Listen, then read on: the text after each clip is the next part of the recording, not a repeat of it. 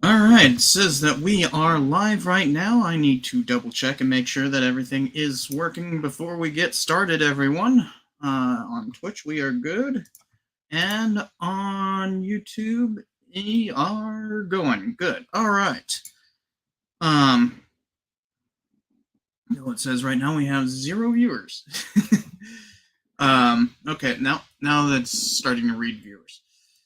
All right. So, as is traditional, first of all, we always start with pouring a beer, which today I will be drinking an Imperial Stout from the old Rasputin, the original Imperial Stout that popularized the whole thing. Obviously not the first, but, you know. So, folks in chat, let me know if we are coming in... Okay. Swallowed wrong. So, let me know if we are not echoing or anything along those lines. I see Tyler's already here. And if, because right now we are supposed to be using this mic, but I have this open in 2 tabs. That's how I can do the dual camera thing. My dad here, you guys will recognize, is Mark Hall-Patton. And Dad, will you explain your career in museums? Sure. I did my undergraduate work in history at the University of California at Irvine between 1972 and 1976. Did my graduate work in museology at the University of Delaware on the other end of the U.S. And then in 77, I went into the museum field as initially an intern at the Bowers Museum in Santa Ana, California. At that point, I transitioned into being a part-time security guard there, then a grants developer. And after doing that, that was all on soft money, grant-funded positions. And then after marrying your mother, I was looking for another job, ended up with a job at the Siouxland Heritage Museums in Sioux Falls, South Dakota.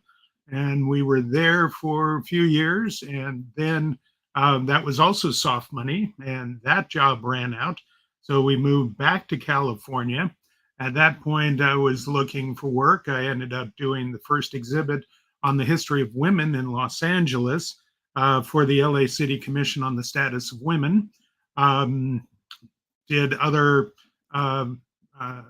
sort of gig jobs with museums and in there, actually, before we moved to South Dakota, I ran the Orange Community Historical Society for about a year in there.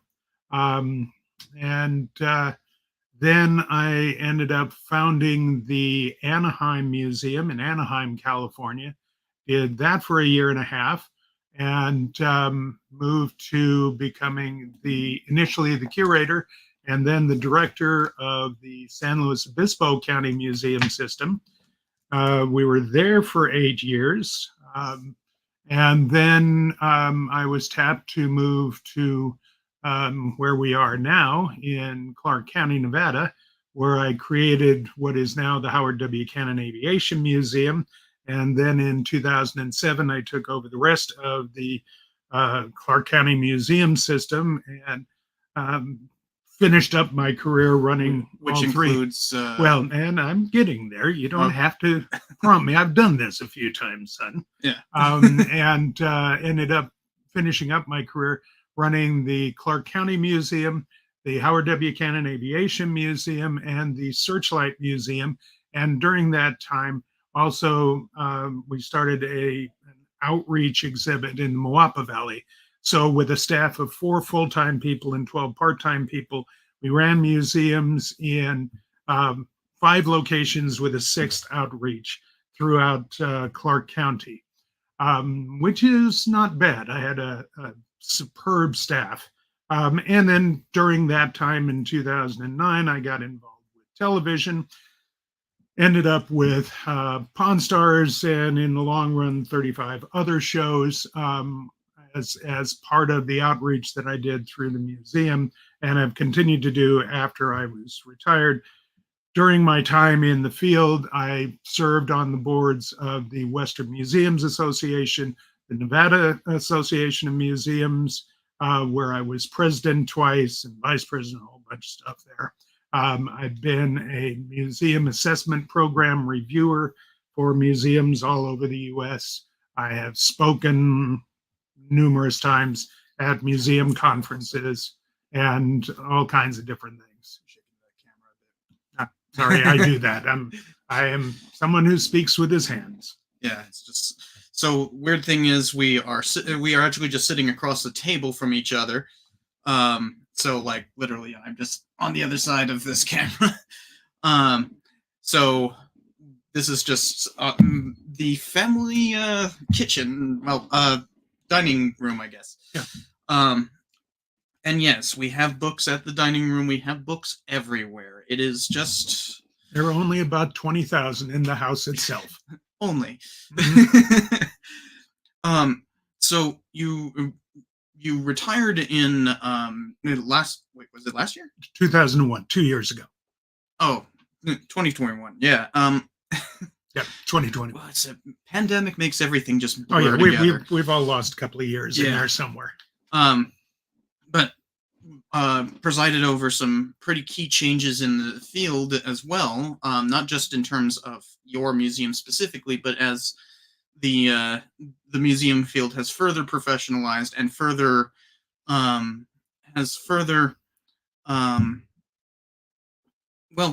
developed in some ways you disdain, some that you have been integral in implementing as well. So I came into the field at the point in time that the field was in the process of professionalizing. It's an interesting time. The museum field, I mean, it's an old field. Yeah, it goes back to the 18th century, sort of, but it really started professionalizing in the late 1960s. I mean, there were museum programs before that. But it's in the 1960s that you start seeing real museum studies or museology programs. And it's the 1970s that you start seeing the field professionalizing, that people are coming out of these programs, starting to move into the field outside of large institutions. Yeah. That they're starting to get into small and regional institutions. So I came into the field right at that point, and my career was part of all of that. So we'll actually get to that because that's kind of a big block of questions that we're going to try to answer. But the first thing we want to talk about is, and it's kind of the overarching question for all of this, is, what do museums do? What are museums? What are their role? What service do they render? Okay. A museum, yeah.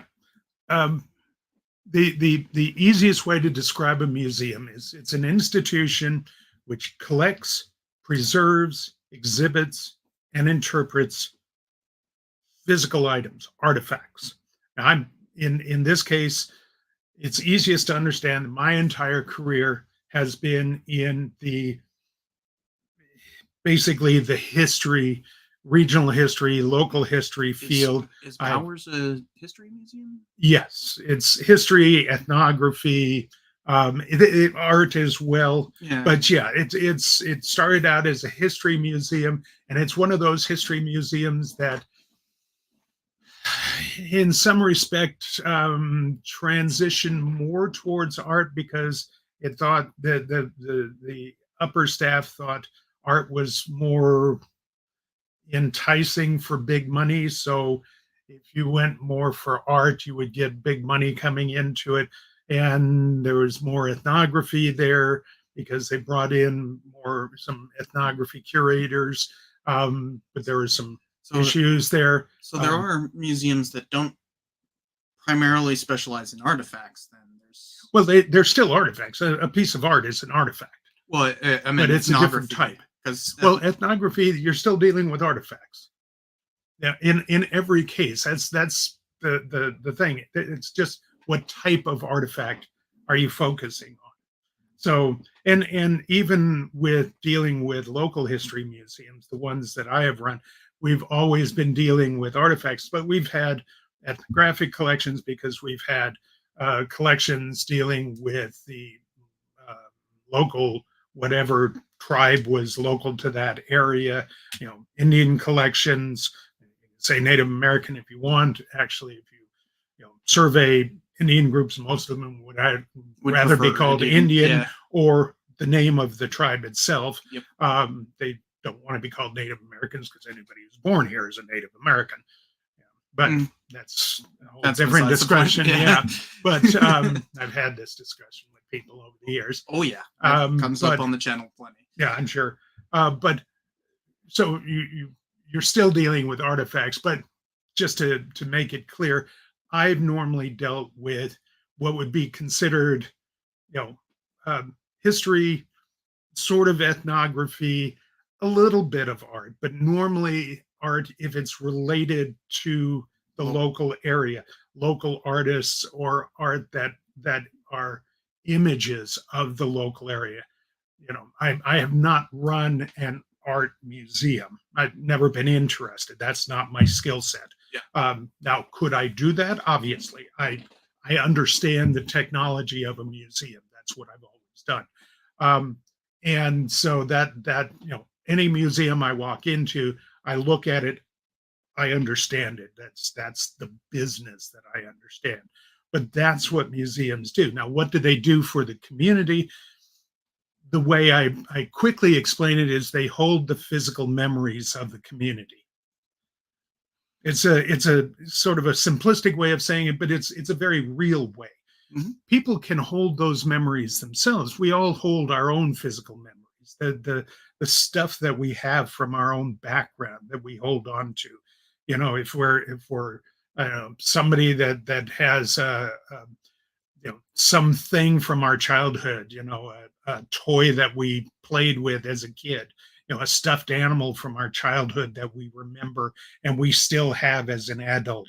If we played in some kind of a sports team and we have, something from a game that we were in, if we have, whatever it is, those are physical memories of our own.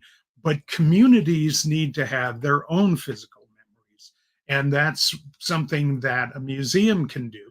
The other thing that a museum does is by holding those, preserving those. And that is the second thing we do, not the exhibit and interpret. Those are third and fourth level things that we do. But the first is collecting them. The second is preserving them. That's making sure that those are available for the future. So somebody in the future can go back and see the reality of the past.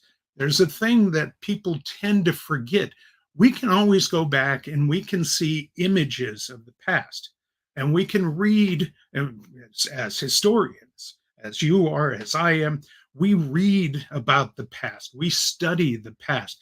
But there's something about seeing an actual piece of the past, something that was actually there, that makes the past real in a way that words or images do not. Mm-hmm. And that's the one thing that sets museums apart. As from other history institutions, yes, specifically. From any other kind of history institution or any other kind of institution out there. Any college, any popular place. Was the term, I remember in my museology classes, that they like to use the term aura for the feeling that artifacts give of of what you're describing. Is that that was not one that we used when I was in it, and I don't tend to use that because that sort of that kind of makes it both mystical and denigrates it in my mind, because that's like, well, you're feeling the aura. No, you're not feeling an aura. I don't think. From my sense, it's just the fact that that's real. And because, if it's real, there's a sense. What I use these days, and this was not something I would have used when I first went into the field, because we didn't have these things, and yeah, I'm not as good on these as you are, as you well know. Yeah. But you only started texting like last year. Yeah, it's been I think 4 years when your mom forced me to start texting. But the fact is, on these things, for kids today, they live on these things. This is, if you take this away from a kid today, they go into, tremens. They start shaking. They can't function without them. So they can look anything up. It's one of the interesting things in museums is, when I was in school, when you put in an exhibit, you were supposed to test at the end of the exhibit to make sure, do surveys with people that went through the exhibit to make sure they had learned what they were supposed to learn from the exhibit, from what you had shown them. You can't do that today. You can try, but the fact is, everybody's their own expert today. Mm. So everybody's going to look up what they want to look up. But museums still have, because you can look up the artifact, you can look up pictures of anything on these things. Mm-hmm. I can't, but you can, because I don't do that on my phone. Yeah, people on my channel, people on my Discord server often complain that I'm too much of a Luddite. Yeah, that you are. Yeah, they don't understand Luddite. But the fact is, in a museum, even if you can look it up, you can look up a picture of the thing that you're looking at. That's still flat. That's still in this thing. Yeah. Whereas you're looking at the real thing. And that's different. And it will always be different. I don't care whether it's projecting a 3D image of it. It will always be different to see the real thing. Mm-hmm. And that's what a museum can present. And if museums preserve these things and then place them on exhibit for short times, because you don't put them out forever, because they'll just dissolve and go away, and then museums aren't doing their job to preserve them. Mm-hmm. That's why you don't put them out forever. That's why exhibits aren't permanent, and there are some permanent exhibits, but we don't do permanent. We do long-term and short-term. Oh yeah. We've gotten rid of the term permanent because we realized, we used to use permanent, but we've realized that permanent means destruction.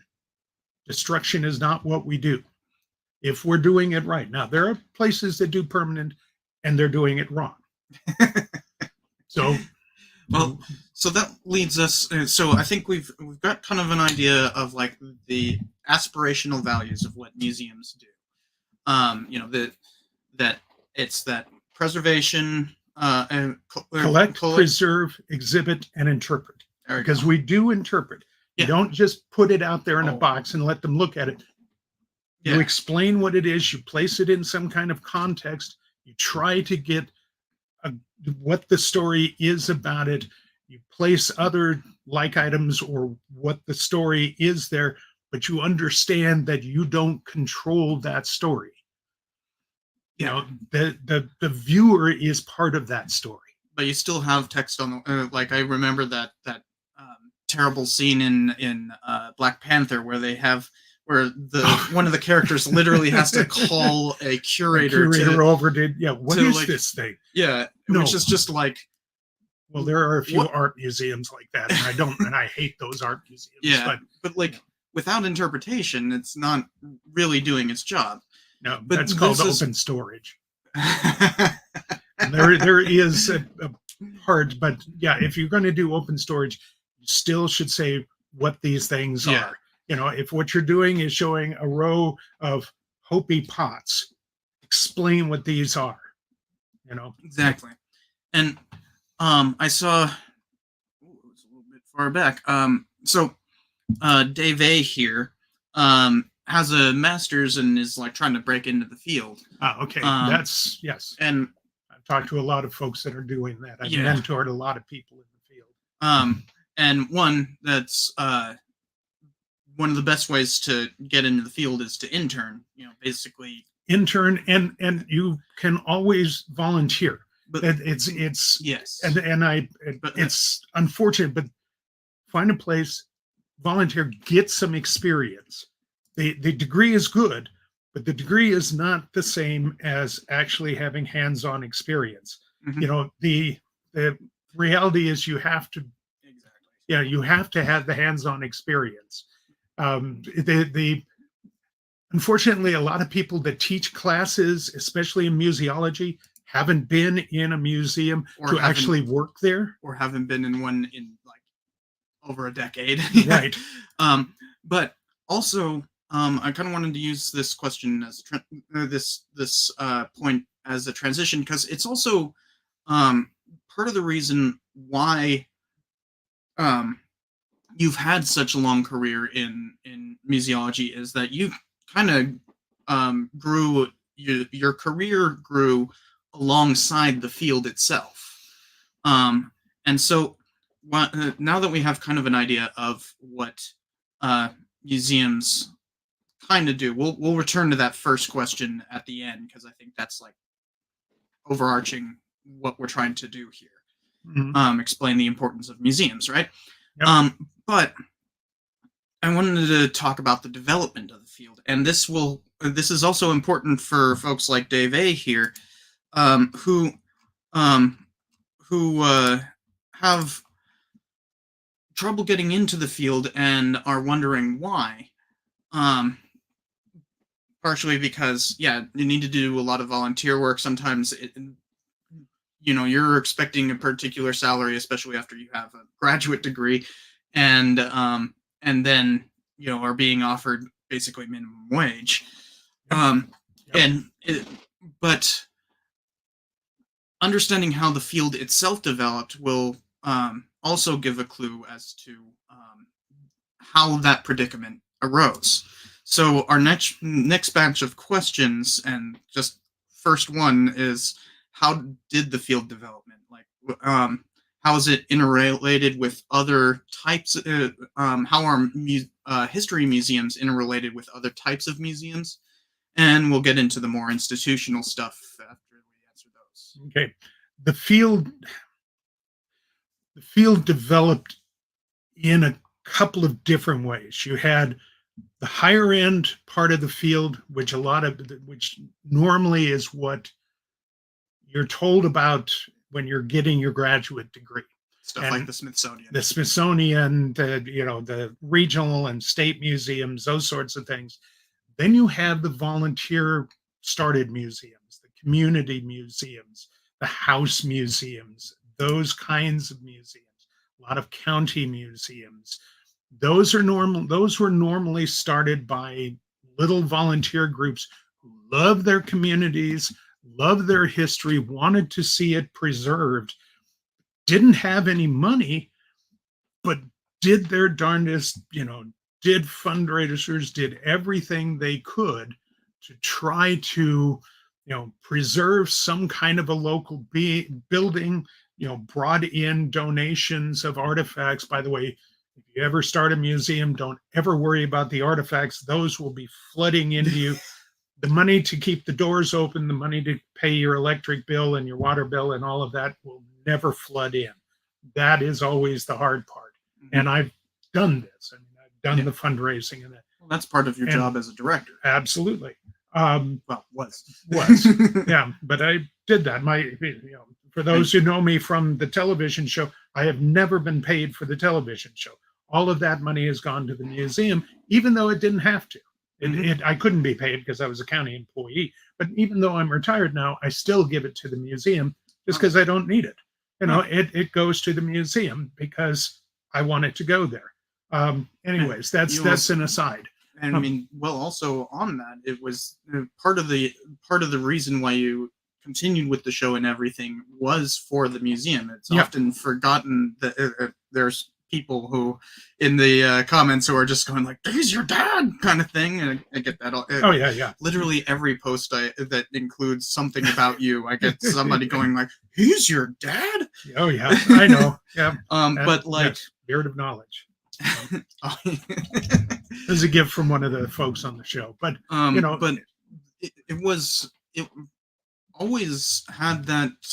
I don't really want to call it an ulterior motive, but like, No, it was the motive. That's why it did the yeah. show initially, and continued to do it. It was to get people into the museum. Our attendance went up 70% when I started doing that, and Mhm. it stayed up. I remember when I came, because for those who um don't know about are new to understanding that he is my father. As such, I grew up in museums, and Oh yes. um, those on the channel for long enough know I am also a Afghanistan war veteran. And when I went to Afghanistan, this was before the show started, and and when I came back, it was after the show started, and have plenty of stories about that. But one of the most striking differences, besides just him now being famous suddenly, um, was that when I would go to the museum for any number of reasons, often just like to go to dinner or something like that. But when I would show up, it was like there's people here. what? What? That was the idea. It's like there used to be like, like 10 people a day. Now there's like 100. um, so I mean, that was immediate, an immediate benefit of the show to the museum. But to get back on sorry, and to get into the museum field, the fact is, not to talk about the development of the field. Yeah, and so you had, I mean, the field developed. There are very early museums, and I'm going to talk about the U.S. The Ashmolean's the oldest museum in Great Britain. That dates back to 1690, something like that. You have the British Museum. You have the Louvre. You have, and most of those were basically cabinets of curiosities and collections in royal hands that got, after revolutions and various other ways, they royal get turned or into aristocratic, yeah. And they got turned into public collections in various ways. Sometimes you chop out the head of the king and you turn it into a public collection. Sometimes you just give it to the public, various different ways. In the US, Harvard College starts a cabinet of curiosities in 1750. There's I've forgotten which state, I think it's South Carolina, one of the southern states. There's a private collection that becomes a public collection in the very early 18th century or very late 17th. I've forgotten exactly when. There's a few. It's still going, but I've forgotten the name of it offhand.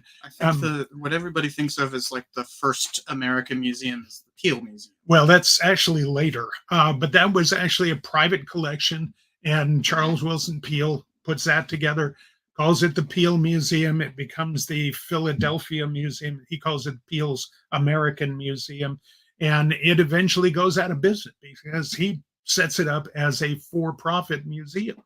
And but it's the first one that's really a mass market museum.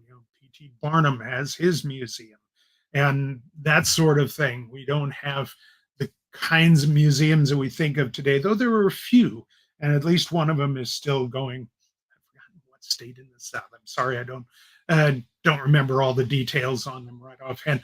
But as the 19th century continues, you start seeing historical societies setting up museums, states setting up state historical societies, state museums. You start seeing them in the West as well. As early as about 1852, there's a private museum in San Francisco that is, it's a private museum, and it's basically a scam to get people in. There's a bunch of exhibits, and then the guy who's running it is offering lessons on human anatomy in order to show naked women in the upstairs to men who will come in and pay money for it. Models of naked women, not actual naked women. because you could see that down on the Barbary Coast. But you know, it's weird. I've written about this as well. But you have a lot of these things that are getting set up, and very quickly you have to pay somebody to run them, and you have to pay somebody to start taking care of the collections and keeping track of the records. And record keeping becomes important. And at the same time, you start getting historical archives being set up, and you get, you know, the whole field of archivology starting to be created, and there's some overlap happening there. And as this happens, the idea of local and regional museums happen, and as we move through into the 1960s, you have this sense that everybody wants a museum. All of this is aiming at the bicentennial. And the bicentennial just leads to an explosion in museums in the United States. Museums are founded all over the place. Everybody wants a museum. Everybody wants to have their local museum. And so there are a lot of museums being founded at that point. Don't you start graduate school right then? Yeah, graduate school. That's the year that I got my BA. This massive explosion in museums, and then suddenly you're right in the field. It was a nice timing. However, that didn't mean that I automatically had jobs all the way through. I had that period it was about 2 years that I was unemployed or doing volunteer work, you know, and, you know, had to do other things in order to stay in the field.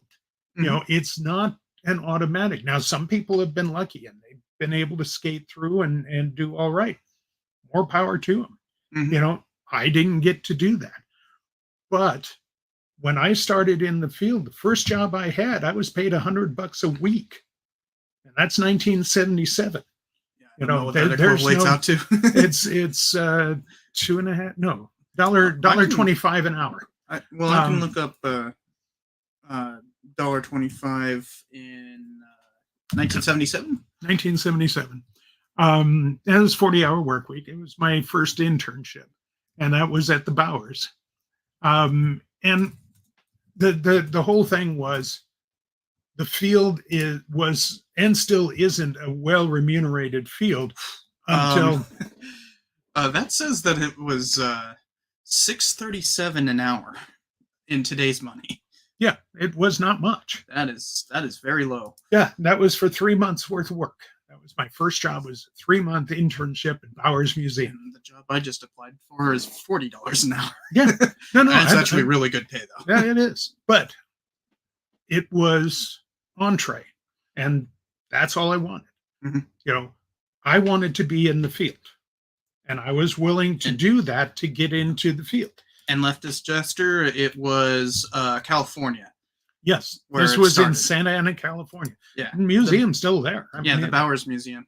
Oh yeah. So they've ran into some controversies. Oh, big time, and it's their own bloody fault. Yes. No, they were freaking dealing in stolen artifacts. Yeah, they their front doors were padlocked. You know, I've got a whole binder on that one. Yeah, well, I know you were gleefully watching that. Yeah, I was. But anyways, what I would say to anybody getting into the field is, when I've had to do job searches, search everywhere. You know, send out your resume across the country. You know, the one of the things about the museum field is really you have to look everywhere. If you're just going to look in your town, you're going to have a hard time unless you have some connections with your local institutions. If they know you, if you've been working with your local institution, you know, and they know you, there's a part-time job. If you've been, you know, volunteering there and there's a part-time job, you're probably going to get it. Well, if you're, I didn't get that one at the History Center in Slow. Well, that's a different thing. You know, you're probably going to get it. You aren't necessarily, but you're probably going to get it. Oh, it's also really low pay, and I ended up getting a better paying job anyways. Right. But I really needed a job. yeah, and if you've got a part-time job there, it's more likely that you'll be able to get a full-time job there. If you've got the background that they need. You know, Or you we might have end up- often at the county museum, you know, if we're looking to hire and one of the part-time people apply, of course they have to go through the county process and that. But if they've got all the background and they have the experience at the museum, they know how to answer better than somebody coming in from the outside. You have created a leg up for yourself. It's not that you're going to be, you know, given any help by the staff. You're going to have given yourself help. You know. Yeah. So, because there's also the idea of starting at a local institution and working your way to like the Smithsonian and things like that. Oh yeah, I've had my staff, my part-time staff, go on to the Autry, to the Smithsonian, to one of the ones in San Francisco. I've forgotten which I know you've one. had a number of people interning from UNLV who end up going into like the National Archives and whatnot. Yeah, no, I mean from Clark County. Oh, from the Clark My County staff. Museum. Yeah, Okay. my part-timers Yeah. have gone from me to these other ones because they get such good experience at the Clark County Museum. One of the other things about working in a small institution, if you're going to intern and you're interning at the Smithsonian, you're going to work in one little area in one little spot doing one thing. And that's all you're going to do. If you're working in a small staff, regional or local institution, you're going to do everything. When you're sitting across the table from a group of people interviewing you, and they say, well, what have you done in exhibits? You're going to be able to say, well, I've done this, and this. What have you done in collections? Well, I've done this, and this. You know, what have you done in administration? Well, I've done this, and this, because you'll have worked in all parts of the museum. And what have you done in education? I've done all of these things because in a small institution, all of the staff work with everybody. You don't have a choice. Interestingly, Rachel here, who is a regular commenter on the channel and everything, is a member of the Native Daughters of the Golden West. So. From a native son. Howdy. Yeah, she's like, have you ever worked with him? I'm like, definitely. Oh yeah. Yep. And I'm a 35-year member of the Native Sons. Not a member. No, but you could be. Was born there, so yeah. Oh, yeah. And we have a lot of other good questions, but I want to refocus on the development of the field. And how we were talking about. Okay. Yeah. So after 1976, there was quite the explosion, part of the bicentennial and everything, but this also coincides with the professionalization of the field. Yeah. Let me back up on the professionalization. Within the field, the idea of academic programs for museology starts with a program at Yale that was focused on art museums. That was the earliest one that I'm aware of. And then you start seeing some programs in the late 50s, early 60s. One of them was Ed Alexander's program at the University of Delaware. That's the one that I went through. You get one at the State University of New York, SUNY at Cooperstown. That's the one that Jeff Hunt went through. That Jeff. You get UCSB, the one, I believe, was no, that was later. You get one at Georgetown, and you get one at Champaign-Urbana, the University of Illinois at Champaign-Urbana. There was nothing on the West Coast when I went to school. And when did because I know UCSB is supposed to be like the first on the West Coast. But it probably is, but that was. I thought it was 70s. late 70s, maybe early 80s. Okay, but Yeah, but it's later because there was nothing on the West Coast when I went to school. Hmm. But when you think about that, that's 5 programs by the mid 70s, Mhm. and they were all very different programs, but they were sort of the idea, and at that same time within the history field, these were programs that were kind of shoehorned into the history field, coming out of sort of the museum, the larger museums from historians that had been in the museum field and were coming back into academia. But within the history field had recognized that they were producing too many historians and they couldn't find jobs. So there was Boy, a do I know big that. push within the history field in the 70s to look at, okay, what can our graduates do other than be professors? And so there was a push towards something that became public history. And, that it kind of went into what became public history as kind of a catch-all term. But you had these areas of, kind of industrial history and public history and museology, different areas where history degrees could be directed in things if they weren't going to do real history. And when you look at that, yeah, and at that time it was kind of okay, what could we do with the other ones? Mhm. And there was this push to find other kinds of directions. The current term for that in the field is career diversification. Oh, I hadn't heard that. Yeah, I like it. Remember, I got a fellowship. I got 2 fellowships for career diversification, and you could argue that summer workshop last year was also career diversity. Hey, so long as it's money, take it. Yeah, I mean, first one was basically just to pay for going to VidCon. Another one was for what I was doing on the channel and basically getting more equipment. And then that works. And then the one in well, you know what I did in Denver. What's the not Denver? Boulder. Boulder, yeah. Yeah. Mm-hmm. Yeah. And I saw Jeff while I was up there. Same with Rebecca. Yeah. And the that was also it's called applied history there, but like same thing. But it's still like we have all these scholars, but they're not finding jobs. Right. And so it was kind of interesting because I was at that point, though I knew where I was going.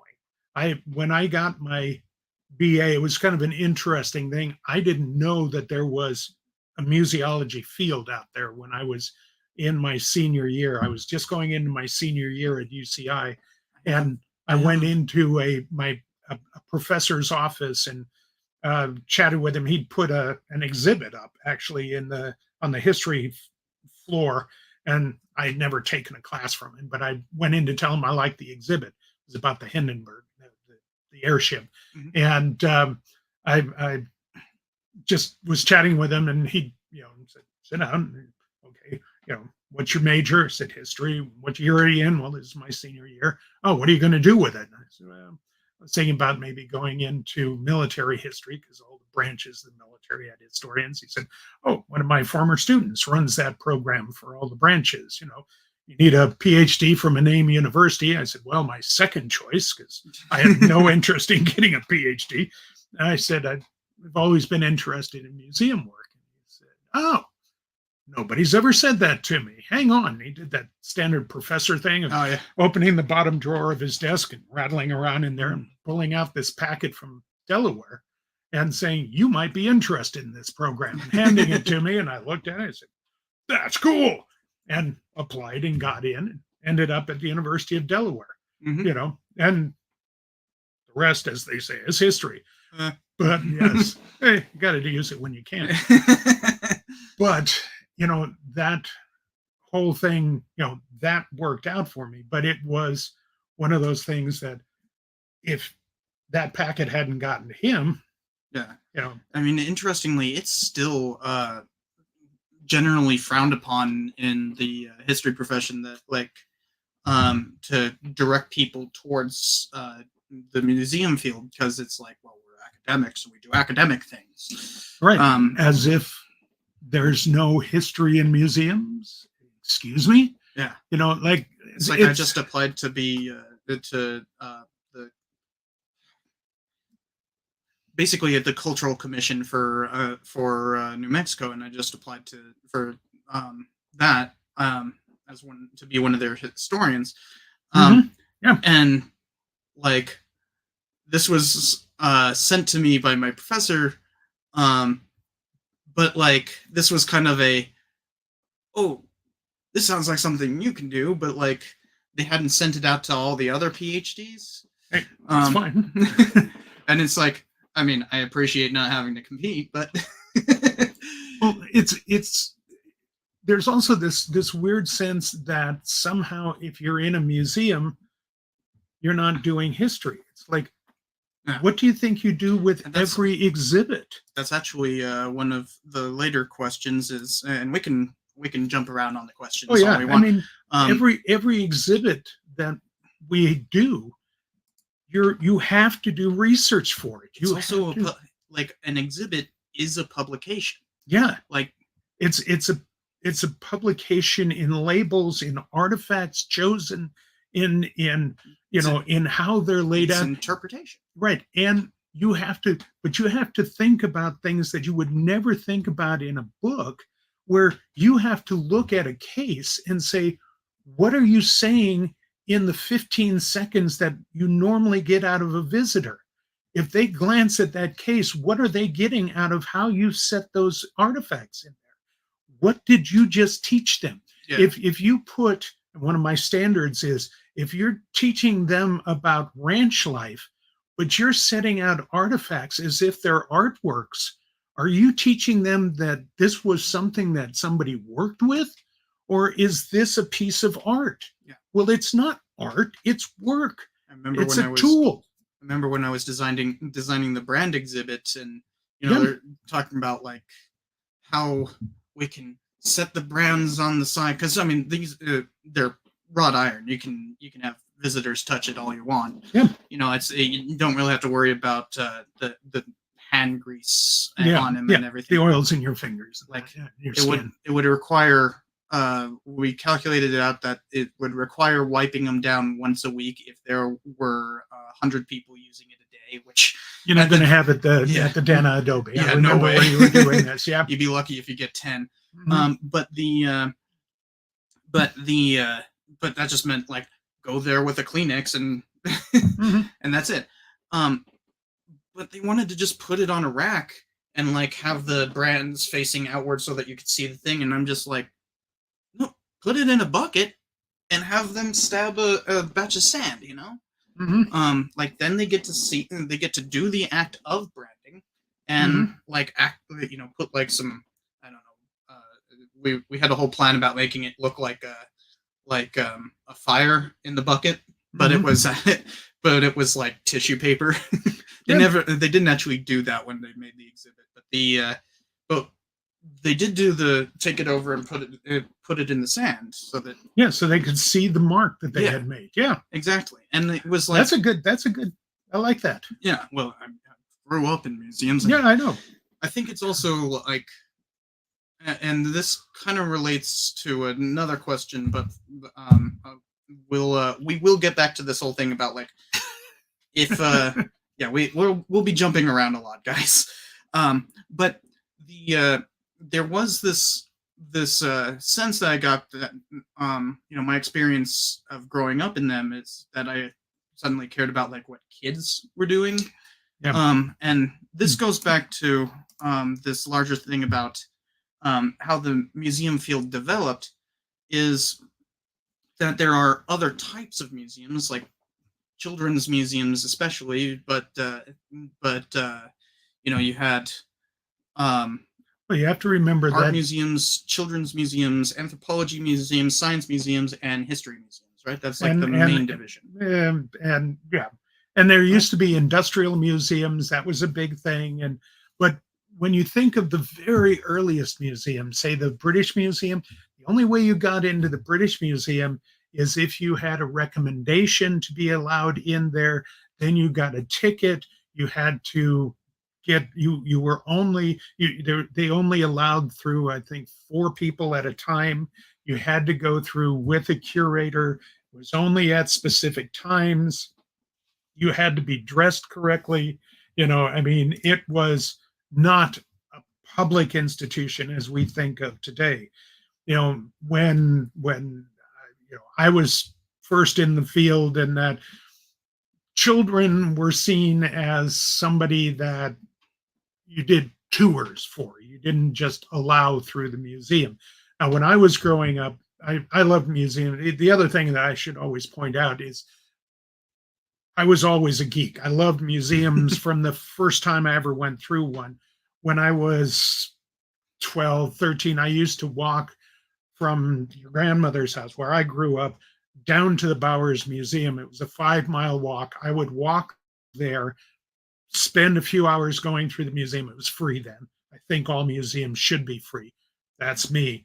You should donate as you feel called upon to do. And then I would walk home. And later I'd ride my bike down there and go to the museum and come back. I just love museums. The thing that I always understood was the power of that. Grandma would complain, like even to us grandchildren. I remember her telling you about you making little exhibits in the house. Oh yeah, I played museum when I was 12. Yeah, she would complain. Have you ever talked to your Aunt Catherine and Uncle Michael? Not about that. No. Oh yeah, because they had to go through my exhibits. That was part of the game. Is I would do the exhibits, and then since they were younger, they had to do my tours. Yeah. I never charged them though. So in terms of the development of the field and everything, because we're talking, from a fairly elitist institution, right? Not only did they branch out from being just like these cabinets of curiosity only meant for that were other scholars that happened and to be they were passing owned through by the elite. Yeah, and only for the elite. And so today that we have several types of museums that cater to different audiences and different types of artifacts. And much of that came from the ground up. It was local people being proud of their areas, creating local museums and opening that as a way of showing off their local area, their history. And then as it started pushing, that kind of story, the state organizations would also start pushing that because there was a need to push for support, which meant that you had to get more people coming in, which helped when you were looking for resources, which normally meant tax dollars if you were on a state level. So you needed to have more numbers coming in, which meant you had to open up what you were doing. So in a lot of this, you had both the local institutions, which were open because the people who were doing this had very little, but were very proud of what they were doing, and the folks who had more support on the state level realizing we've got to have people supporting us in order to keep the legislature giving us money to do what we're doing. Mm-hmm. So that actually relates to one of the questions in this how the field developed is, there are so many different museums. I mean, here in Las Vegas, it was kind of a museum drought for a while, but like even here, there's now several significant institutions, and there's an ongoing debate within the field of whether or not there's too many museums. Are having so many museums diverting much needed resources away from away to smaller institutions when they could become more centralized. That's been a debate for decades, Mhm. and it's almost always a debate from larger institutions wanting to take money from smaller institutions. Oh, you've got some money. Well, if you just gave that to us along with all your collections and just shut down, then we could get rid of the stuff that we don't think you should be collecting or we wouldn't want anyways, but then we would get your money. Excuse me. And the reality is, no, there's not too many institutions out there. There are too many institutions that are badly managed, that have chosen to either start out too big without enough money behind them, enough resources behind them.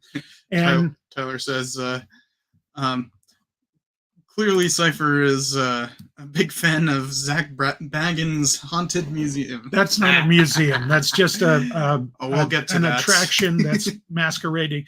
Yeah. The problem is museum is not a patented or copyrighted term, and anybody can use it, whether or not it's a real museum. Yeah.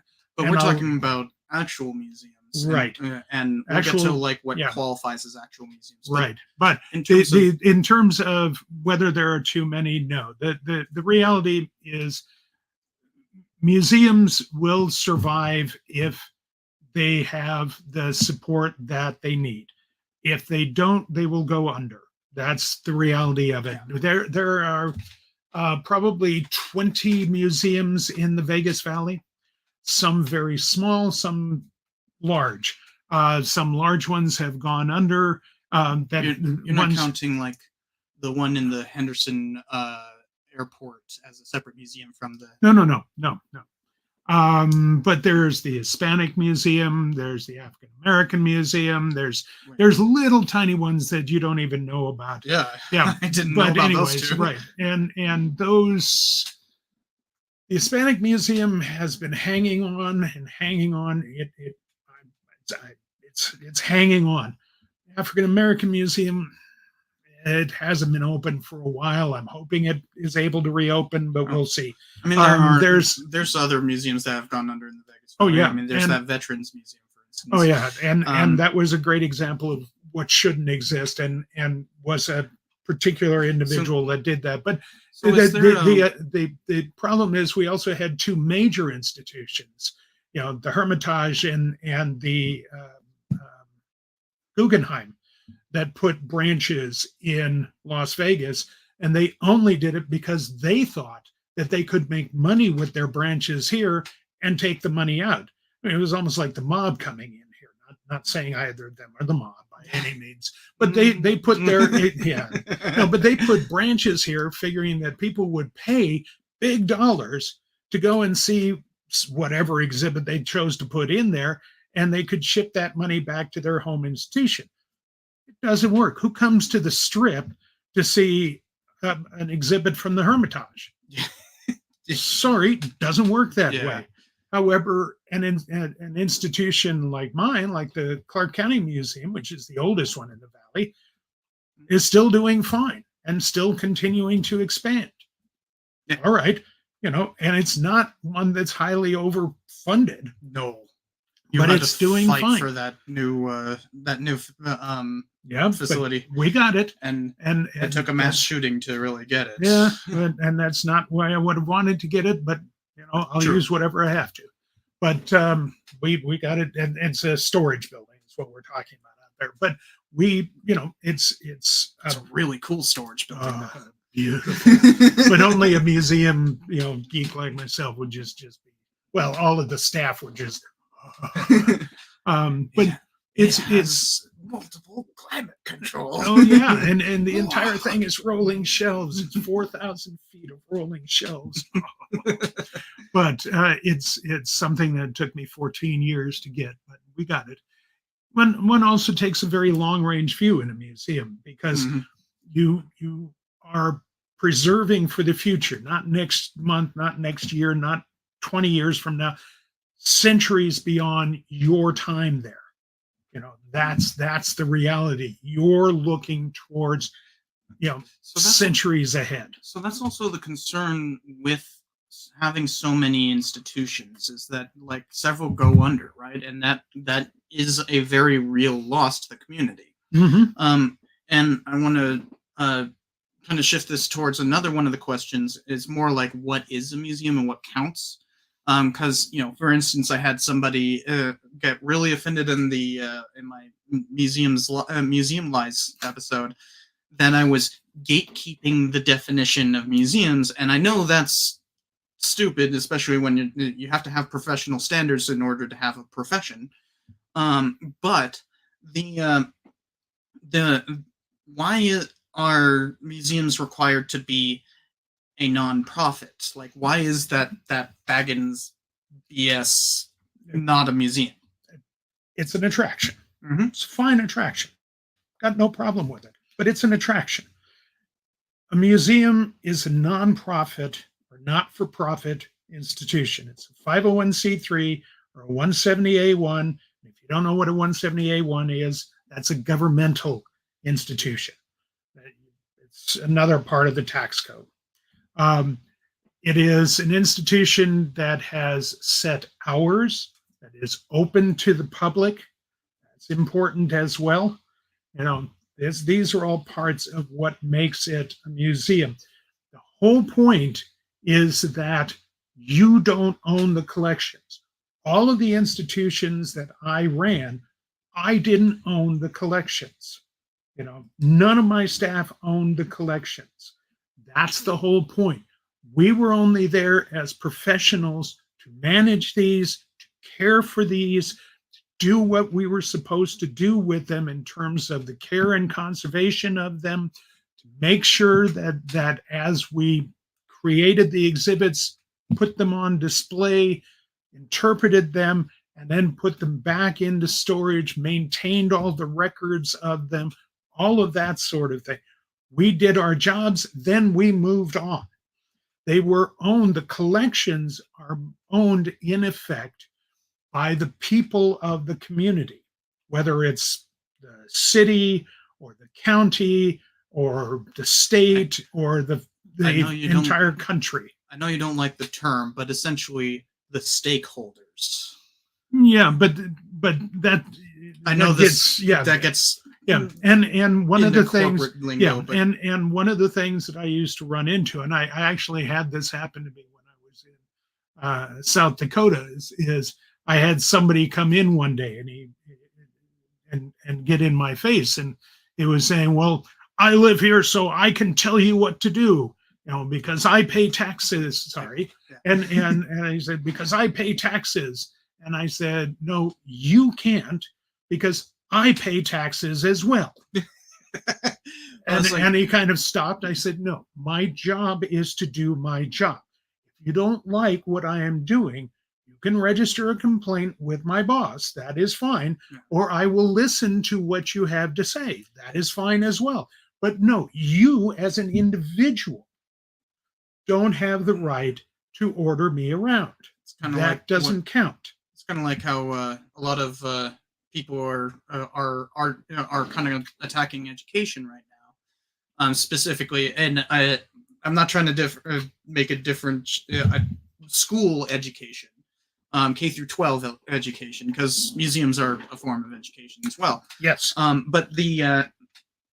But like for K through 12 for teachers, that's the word I'm looking for. For teachers, there is this pervasive idea that the parents are able to tell the teacher what to teach, and it's like your kid is not the only one in that classroom.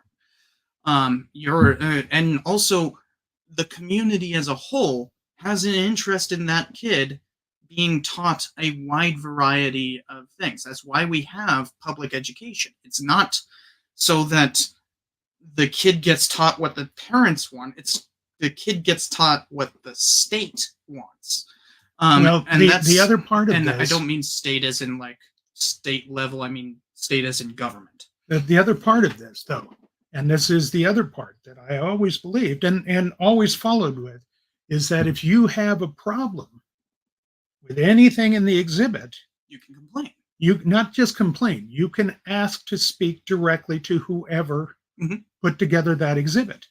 and they have to explain to you why it's there. Yeah. So the other part on that is, and I've had somebody come in, I've had multiple people come in and ask for, I don't agree with this. Okay, fine. Here's why it's there. I don't agree. And I have had people in my field, and same thing could be said for the questions in education that, well, I'm the teacher. I don't have to answer to you. You don't have to answer to me, but you do have to answer the questions. And I've had people say, well, I don't like this label. Okay, I'll explain to you why this label says this. Here's the information. Now, you may not like it, but this is the information behind this label. And that's fine. If you can prove that I'm wrong, and I had that happen, where I was incorrect on an identification of a falsio one time. It's a type of knife. Want to point out, Punks, I was like commenting on how the people own the community is like the ultimate stakeholder, right? They're the people who actually own it is the people, right?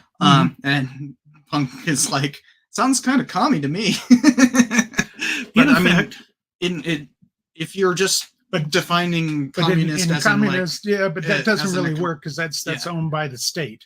Yeah, and it's the idea of the people, who a museum kind of gets to choose its community, but only by defining its mission. Yeah, and that we haven't talked about the mission, and that's important. Yeah, because in all of this, all the way through, because this gets into what you accept into the collection, what you save in the collection, what you do with your exhibits, all of which I know we're going to get into. Yeah. But you have to have, for any institution, a clearly defined mission, and that underwrites everything that you do past your basic requirements, which is, once it's there, your requirement is to care for it to the best of your ability. And that mission statement is also required by the 501c3, right? Well, there has to be. It's got to be in your bylaws, but normally the ones in the bylaws are really bad. You should have that one, and then you should have one that you revisit every 5 to 10 years and make sure it's clear, and make sure everybody on your staff knows it, and make sure your board knows it. That's part of it. And within the management of a museum, a 501c3, it's different for a 170A1 because then you're in a bureaucracy. But with a 501c3, you have your staff, and then you have your board. Your board are not professionals. They represent your community, and they are the ones that your director talks to. And then your director administers the staff. And your director is your choke point. That's the person that translates both ways. Can you tell that he was a director, so he's putting a lot of stress on that position? Yeah, well, it's the one that has to be able to get to the staff what they need, but also to explain to the staff what they have to do when the board needs it, but also to explain to the board, you can't do certain things. You can't go directly to the staff. You have to come through me. Yeah. So the staff can do their jobs without getting interfered with.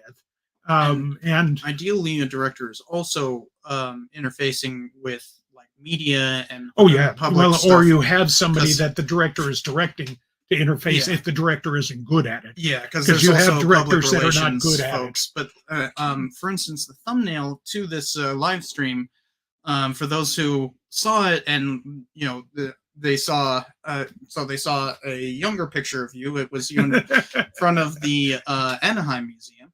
Oh yeah, that's an early one. Yeah, no, I went 85, I think.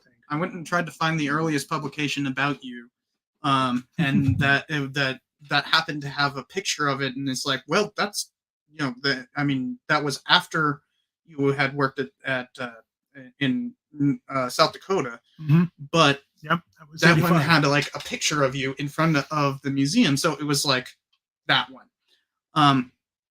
And he was acting as director there. So literally, that. Did I freeze? Okay, no, it was this camera. But the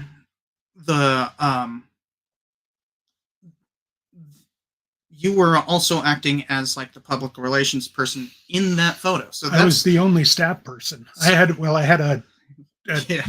10-hour a week secretary there, Rita, and great gal. And so when he's talking about this, when we're talking about like being a public relations manager as well as a director, that's in that photo. That's what that photo was doing all the way back in what, 79? No, that was 80, 84, 85. 80, oh wow. Oh yeah, because it was like 1 year before you went to SLO, right? Yep. Yeah. Yep. And so the director is in charge, is very much a choke point. But then there's the board that is kind of represents the community. Mm-hmm. But below the director are their staffers. I shouldn't gender it. But the those are the curators. You can have the registrar there. You can have like if you've got a head of security, if you've got your administrative head, depending on the size of the institution.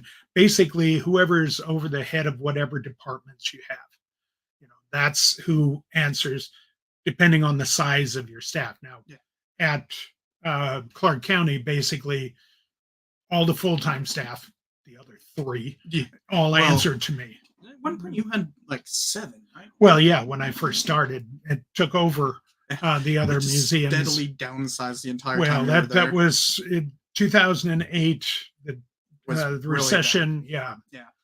Especially here in Vegas. Vegas feels recessions way worse than a lot of the rest of the country. Mm-hmm. But the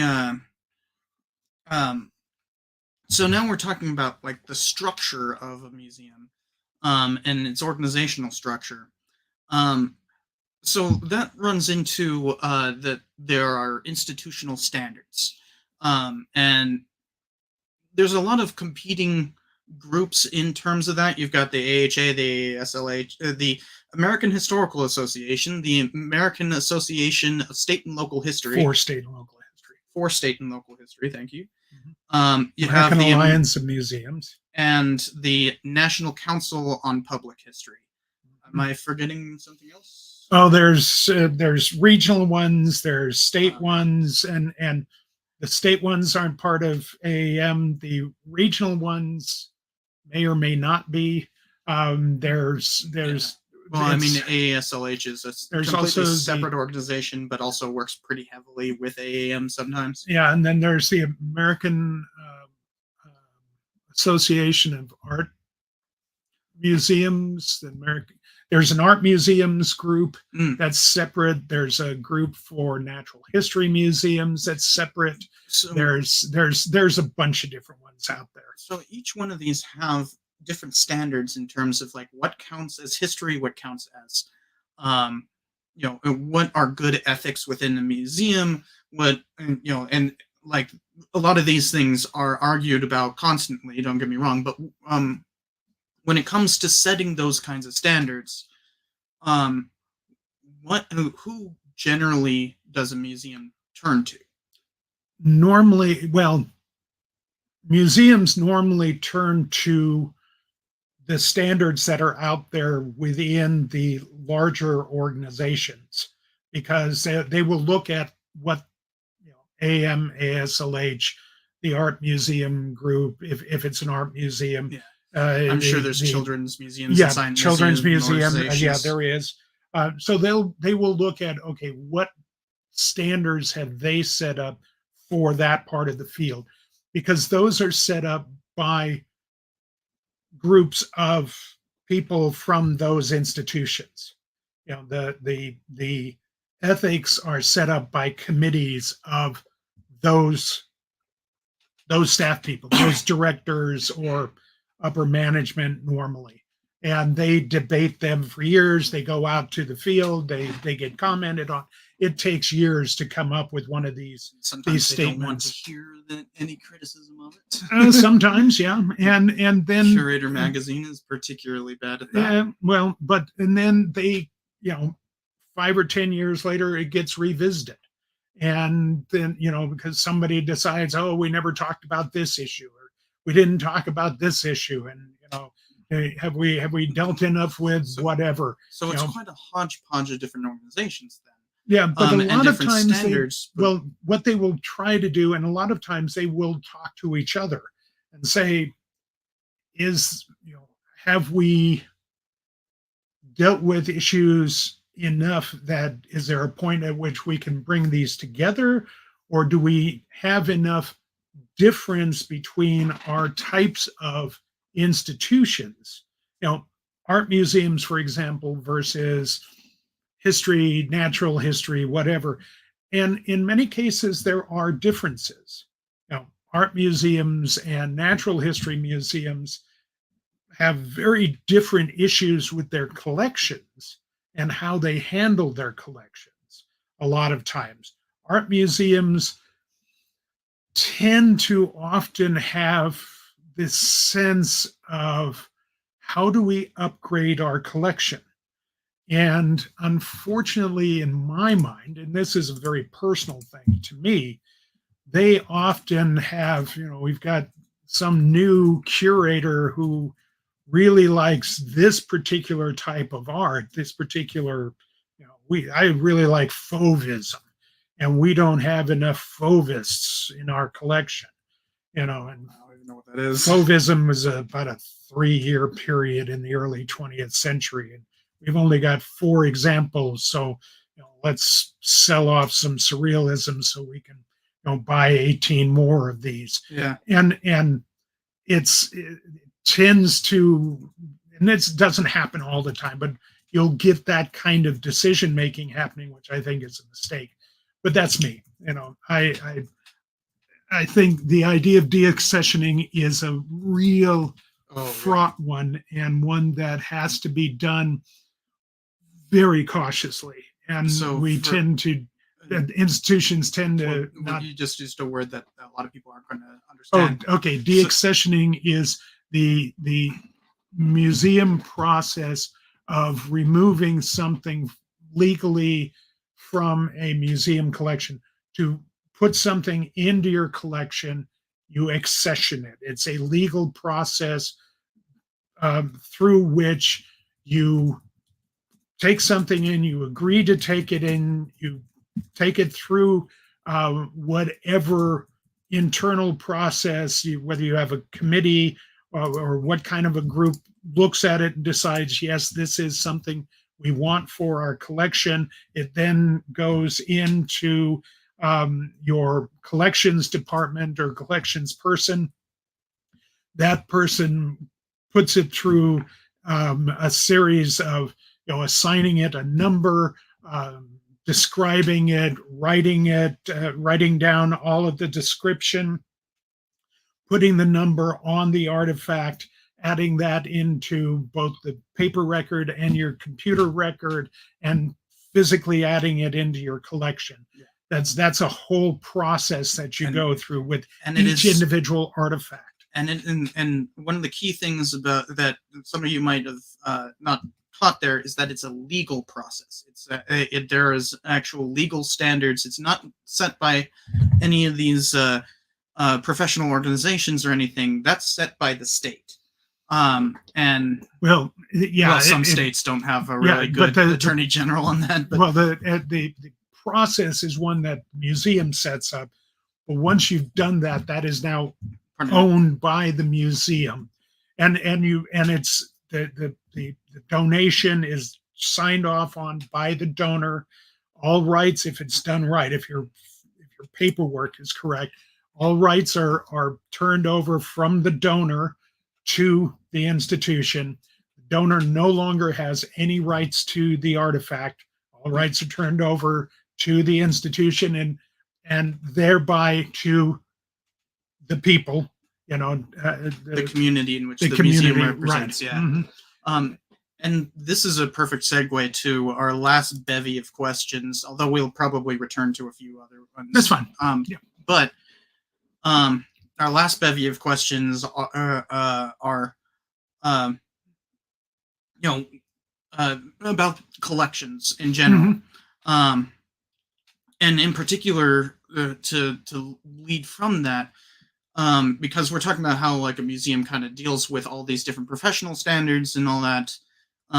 So how does a museum staff decide what to accept, what donations to accept, what to accession? That's a much more interesting to me question, and one I get a whole lot more often since the show than I used to, because more people started offering things after the show than before. But we've always had that from the earliest times that I was in the field. Yeah.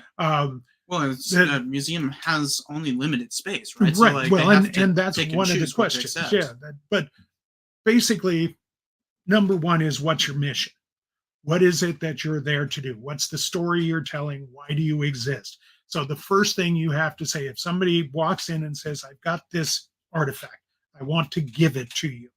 Okay, first and foremost, do you own it to give it to us? Do you have the legal right to give it to us? Mm-hmm. If you have a pre-Columbian pot that you just drove over the border from Mexico and you want to give to us, no, you can't do that because you don't legally have the right to give it to us. It's a repatriation on that. Well, no, that's not even repatriation. That's just legally you can't have that. Yeah. Okay. So, do you have the right to do that? Too bad the Bowers Museum didn't do that correctly. Well, that was forgotten the type of artifact. That was stuff out of Thailand. Yeah. But anyways, so you have to have the right to give it.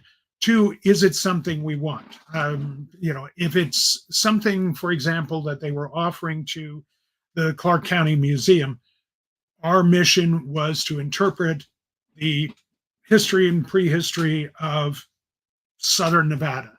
Now, we weren't a dinosaur museum, so we didn't want dinosaur artifacts. Well, there's a natural history museum here. That's right, but the whole point is we're not a dinosaur museum. So you bring in a dinosaur, we don't want it. We've got some dinosaur artifacts. That's all we need to be able to have a little bit in that part of our, history sort of overall view. That's all we need. We don't need any more. We would say no. But if it's an artifact that you brought out to Clark County when you moved out here, 2 years ago from Indiana, no, it's not something that we need because it's part of the history of Indiana. It's not part of the history of Southern Nevada. So we would say no to that. So does it fit the mission statement? Does it fit the mission statement? Two, and is it legal? Yeah, and is it legal? Three, is it something, is the condition something that we can handle? Is it a piece that is in good enough shape that we can do something with? Can we show it? Is it preservable? Is it preservable? However, it may be in bad shape. We accepted, for example, a book that was missing its cover, its back cover, its spine, terrible condition. However, it had the flyleaf, and on the flyleaf it said Las Vegas Rancho, 1893. Nice. Yes, we accepted that because that was, and I forgot, it wasn't Helen Stewart. It was one of the Stewart's sons. And I've forgotten which one, but it had his signature on it because I've forgotten which one. But anyways, it had the Junior. It could have been. I don't remember offhand. But and if you say it, I won't remember it. So it doesn't matter. The fact is, even for the condition, it was still something that could be shown and was a piece that we didn't have. So yes, we were very happy to accept this, just like the guy who walked in with a box of just detritus in it, bent metal, some broken glass. And he said, okay, what's this? And he said, well, this is some of the stuff I picked up after the Pepcon explosion. Oh. And we said, Yes, Yeah. we'd be very happy to have that because even though we existed when PepCon blew up, nobody had picked anything up. We just swept up and threw it away. Yeah. Oops. Yeah. But Well, I mean, and that then was there's the flip side of that. So let's talk a little bit about the lay. yeah, but I'm not done yet. I Not was done gonna yet. Yeah, no, bring no, up the lay. that's a whole different thing. Because if we want to talk about October 1, that's a whole different thing because there's a whole bunch of stuff there.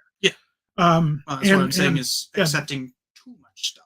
no, that's a different thing. That's because the whole thing with October 1 and that's with anything that's organic. If somebody's bringing in organic material, it's like anything else. Can you preserve it? Leftist Jester actually had a good way of phrasing it. Balance the balancing act between novelty and condition. Well, yeah, it's not even and novelty. You can use that term. It's of historical value and condition. And the PepCon explosion was 1988. It was a bunch of rocket fuel that went up in Henderson. The largest private non-military explosion in the history of the United States. Largest accidental non-military explosion in the history of the United States. One of 7 explosions on the same site. The 7th explosion blew up a 16-inch gas main under the perchlorate plant that went up. So yeah, it was not fun. And in fact, oftentimes if you see somebody showing like just kind of like it looks like a desert and then you see an explosion, I see people using the PepCon explosion as just like a generic explosion graphic, but that's actually a very real explosion that happened here in Henderson. Yep. And yeah, you have actually seen this explosion because people use it all the time as just like a basic image of an explosion, but it happened here. Yep. Good big explosion. Killed 2 people. Yep. And picked up a whole bunch of ones and threw them across the desert. Yeah. But anyways, so sometimes you'll look at things that you would think, why would you want this? Well, these are ones that we would want, but there are many things that come in and we say no because they don't fit. They're not things that are germane or relevant or within the mission of the museum. Or we already have them, they're duplicates, we don't need them. Once in a while, we'll take a duplicate because those go into the education collection. And sometimes you have an education collection. An education collection is one that's a hands-on collection. Those are not meant to be maintained. Those are meant to be hands-on. And that you explain to the donor what you're doing. Mm-hmm. In every case, you're always transparent. You're always clear. You explain it in the donation form. You put it on the donation form that this is not going to be preserved for all time. This is going to go into a separate collection that is going to be a hands-on collection for education programming, for different kinds of tours, say blind tours, things like this. So it's a hands-on collection. So it will probably break down much faster. And but if that's the purpose of the artifact, then right, and you just and if the donor is okay with that, yeah. Now the other thing is you look at it and can you maintain it? Is it of a size that you can handle? We have been offered things that are just too large. Oh yeah, I mean there was a lot of discussion earlier in the chat about statues. Especially because that's one of the standard things when they're talking about like Confederate statues, and that is like I kind of love the idea of somebody going there and protesting the statue by dressing up as Indiana Jones and going like, it belongs in the museum.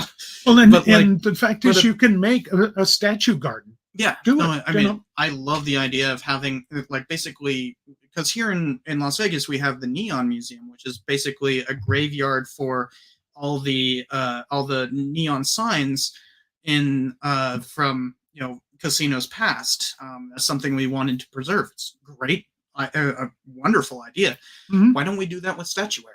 Have a national they've done that in communist countries, or former communist countries. But one of the key issues with the whole put it in a museum thing is these problems of the necessity of preservation, the necessity of space, the necessity of like, can we use it?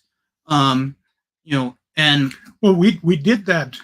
For example, this was years ago, long before they applied the new idiot term to McCarran Airport.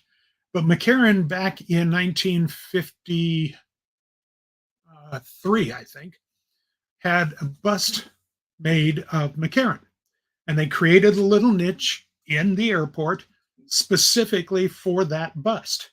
where was that? It was in what we think of as Terminal 1 now. This was in 1953. Oh, okay. That got taken out in about 2000 and I don't know, 4 or 5, when they were doing some of the expansion there. But anyways, I probably wouldn't have seen it then.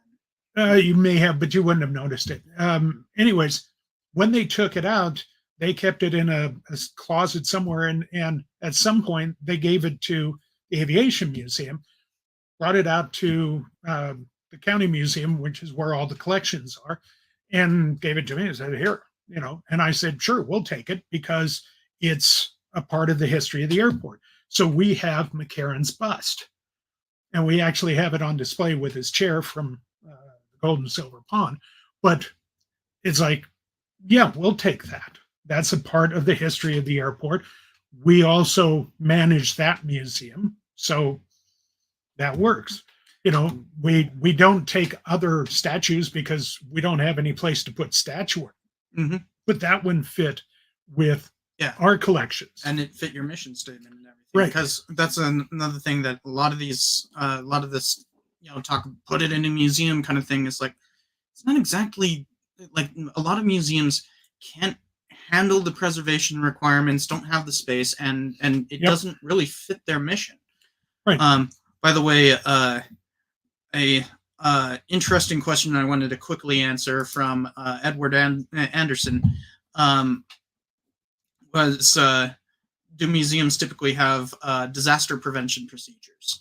And that's kind of a yes and kind of a no. Well, they've got, if they've done their job right, and that's always an if. But I don't know how you do a disaster prevention, because normally what you have is disaster response procedures. Yes. And he's talking about like beyond typical fire prevention. And it's yes, absolutely. What we have, because we're responsible for our collections. And so what we have is full blown response procedures for everything. It's not just fire. It's flood, it's electrical problems, it's response to active shooters. I don't care what it is. If something's going to affect the museum, it's okay. How do we deal with something during the day? How do we deal with something after hours? And how do we deal with both the personnel, but then first you deal with the personnel, obviously, but more importantly, after that, how do you deal with your collections? How do you respond to a fire or a flood or whatever? What do you do with your archives? What do you do with your different types of collections? Where are you going to take them? How are you going to get them conserved? Where is the nearest whatever kind of facility? And you have all of this written down, you practice it, you have all of this in place. And a lot of facilities don't have this. They may have a chart on the wall on where do you run to get out of the building. That's not enough. Yeah. And there's stuff that a lot of museums don't want to consider. One point of stress that I've actually done a lot of work on, and it is, what happens if a museum has to close? And there's like a lot of different types of closure. One of them is from like natural disasters or arson or something like that. But the other ones can be simply going out of business because there's you don't have enough money. You could have incredible fractiousness. We almost had that with the piano guy, Liberace Museum. the Liberace Museum almost broke That's- apart and all that. Well, it technically It did break apart. Yeah. Um, and like you can have these many different types of breakdowns, but one of the key things that need to be taken into consideration when setting up this and why it's so controversial is that you need to plan on the fact that What do you do in the case of dissolution? yeah, and Mhm. because of that, because we've been talking about how the idea of a museum is to take care of their collections in perpetuity. That kind of means that they can't do it in perpetuity. So it's kind of like a basic um, contradiction within museum ethics. I actually tried to submit a paper on this, and it didn't it didn't get reviewed very well. Let's just say that they did not like the idea, and so that's why I'm like, oh, this is a really interesting question because it also gets to the core of what a collection does, because it's not just that you're getting stuff so that you can display it. One of the questions, for instance, is why doesn't a museum display everything? Because And that's the whole point of your primary business is to preserve it. I want to ask this because I'm going to hop up and get another. Yeah. But I also want to say, just to back you up, every time that I did a museum assessment of, I always did generic assessments. Museum assessment program. So that's an actual program within museology that it's AAM. Yeah, AAM, and it's a voluntary thing where a museum asks you to come in, review their documents, review their practices, review their records, all of that, and then give them a report on where they can improve. And one of the things, whenever I would go through that, I would always look at their bylaws. And one of the things I always looked at was, is there something in there for what would happen if you go out of business? And if it wasn't in the bylaws that said, if you go out of business, where do your collections go? Where does your money go? Where, what happens? That they got called out for that. So, yeah, and thanks for saying that because no joke, guys, this was actually like a big source of contention with some of my own work. But the collections are meant to be displayed for the most part. There are plenty of things that get accession that aren't really intended to ever be displayed. No, they're research collections. Yeah. Or they're like, I mean, maybe not ever, but like meant to be kept in storage for like 50 years. They might be embargoed or something like that. Embargoing meaning that it's not allowed to be seen by the public for a certain period of time. It's a privacy thing. A lot of people will donate their collections when they're getting older, and so they say 20 years after my death kind of thing. Except the judge can break that. Oh yeah, absolutely. I mean, the law still is supreme, right? Oh yeah. This is a country of law and order. Well, not a country of laws. That's what the archive. The archive field was really shocked the first time that happened. I thought that's been going on since archives started. No, that was within the last 20 years. Oh wow.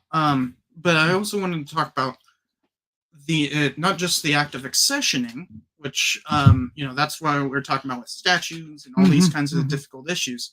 But there's also the fact that, I mean, I remember when I was dealing with accessioning, and some people were basically donating and expecting to have their stuff on display.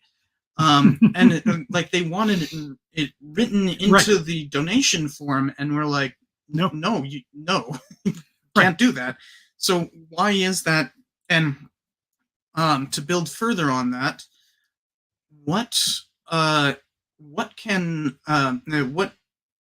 how does a museum choose what to exhibit and make exhibits about? Both very good questions. Do you want me to grab any water while I'm up or anything? No, this is still full. You good? All right. Yep. I'm going to maximize your thing, and I'm going to go get a drink. Okay. In terms of what do you do when you're accessioning things in terms of not showing everything, one, your job when you are taking in collections is preserving them. If you put everything out on display, they're immediately going to start breaking down, and that's not your job. Your job is to preserve them. Your job is not to show everybody's favorite stuff. If that's what somebody wants, they can build their own museum with their own money and hire their own people. It is not your job to use public funds to show off private collections. That's not why you're in business.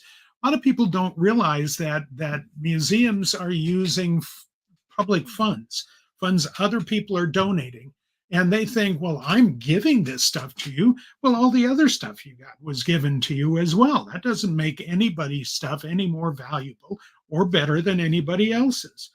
You want to keep showing new stuff, one, to make it interesting, one, to make new exhibits out there, and just make it interesting to code through. But more importantly, to make sure that you're not doing damage to the artifacts that you have on display.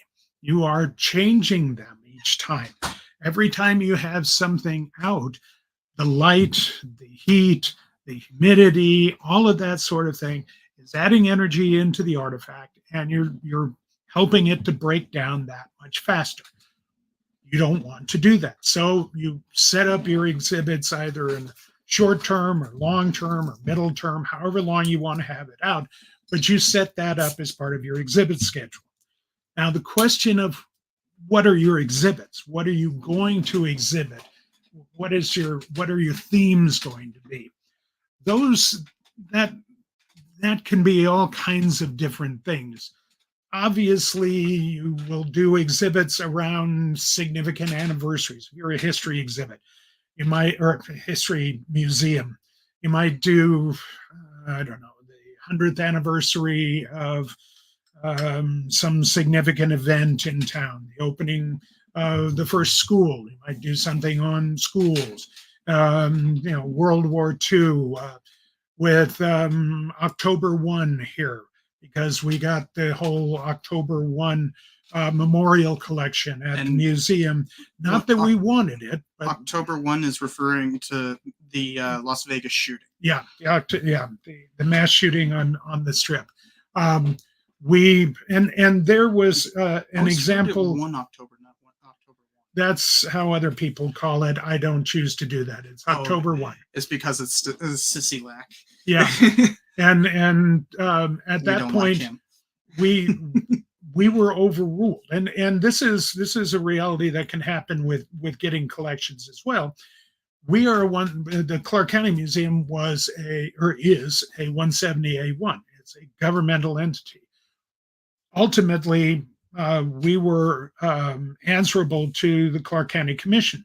That's where our funding came from, and the Clark County Commission, the chair of the Clark County Commission, without ever talking to the staff, said publicly that all of the artifacts from the memorials would be preserved by the county museum. We found that out in a news on television. So we got all the artifacts. However, in all the artifacts, there was all kinds of organic material, flowers, leis, this huge tea leaf lei that is organic, and it was I've forgotten how many 100 feet long, and we couldn't maintain this. You can't. Wasn't it 2 miles long? Yeah, something like that, a couple of miles long. Because they wanted to do that, because the longest lei they'd ever made before that was 1 mile. Yeah, so but anyways, it was organic. We could not maintain this. So we maintained a section of it. You tried your best to maintain it. Oh, yeah. I remember that. I remember. Oh yeah, we did everything we could. Like a week after, I think right as you guys had started collecting. No, it was. No, that was months after, because it was there for a couple of months, and then it started coming out to the museum. Because I came here a week after the thing because of Hector's birthday. I mean, not birthday, wedding. Yeah. But the Um, but it was I think it was December the next time I was out, right? Yeah, but you're segueing in the middle of an answer here. Okay, sorry. So, anyways, but the other reality is sometimes if you're in a governmental entity, you get things that you don't necessarily wouldn't necessarily make the decision on, but you get to you have decisions made for you because of your funding source. But you still have to say we can only preserve certain parts of it, and we preserved every part that we could. And you can go online and see every single artifact. Everyone has been photographed and accessioned and is at the museum and will be there. But at the 1 year anniversary, there was an exhibit around that, and the 5 year anniversary, there was an exhibit which you guys can that you can see. Which you guys can go onto various news, local news YouTube channels and see the thing, and most of them include an interview from you explaining the exhibit. Oh yeah, and but so you'll see that those are just obvious ones that institutions will do exhibits around. But then the way we would make decisions is I would sit down with the full-time staff and we would discuss areas either where we had good collections, or we would try to vary the kinds of exhibits so we were covering all the areas of collections, or the areas of the community, so that if we hadn't done anything on the Paiute community, we would do an exhibit on Paiute basketry. So we have a good collection there. If we hadn't done anything on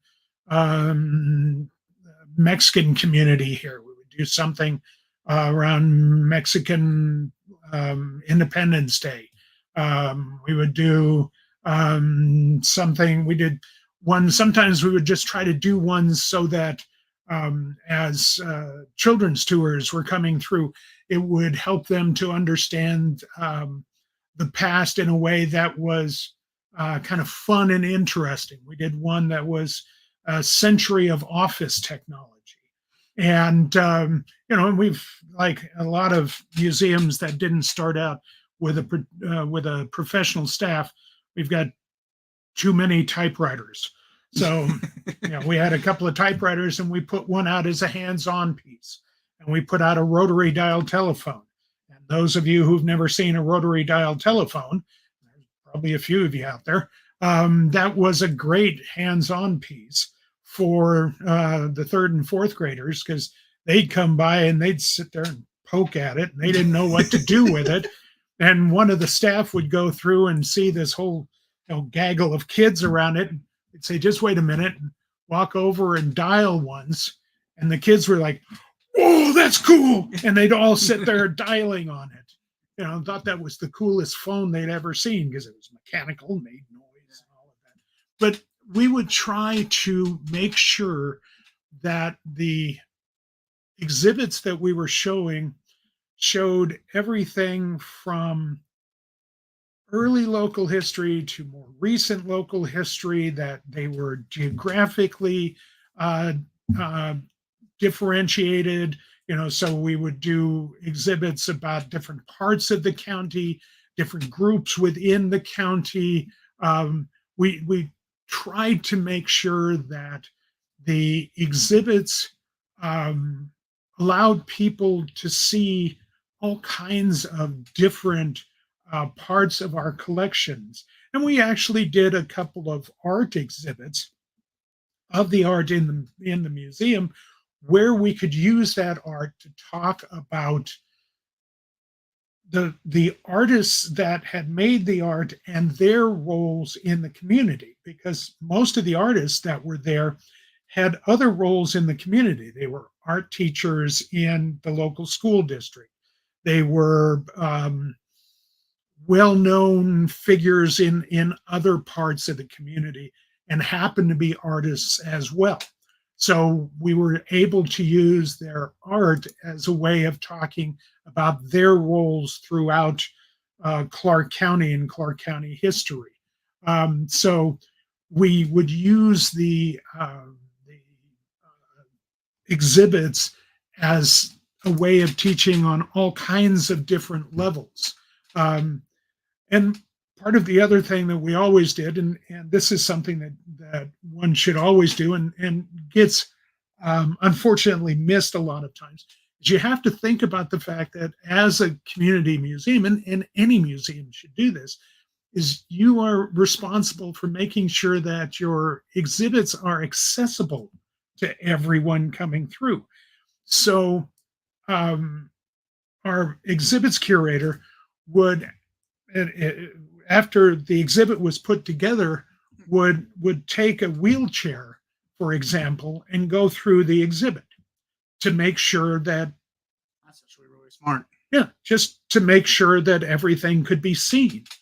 You know, it's Yeah. something Because a lot of accessibility comes down. I remember when I was taking classes on this, is that they had this whole idea of the trying to reach the five senses, and I didn't like the No, whole thing, because there's- it's like, do you really want, like, if you're going to give your first example of like a ranching exhibit, do you really want to be smelling all that cow poo? no.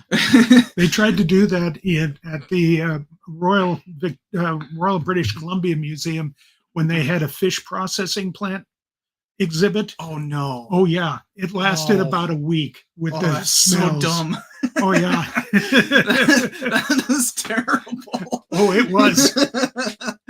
But who thought that was a good idea? I don't know. But like, but the key thing there was that instead of like accessibility, where it's like, okay, people are at different heights, so if you put a plaque that's like, 4 feet up in the air or 3 feet up in the air, a little kid can't read that. Mhm. And But if you're in a wheelchair, you can't read it either.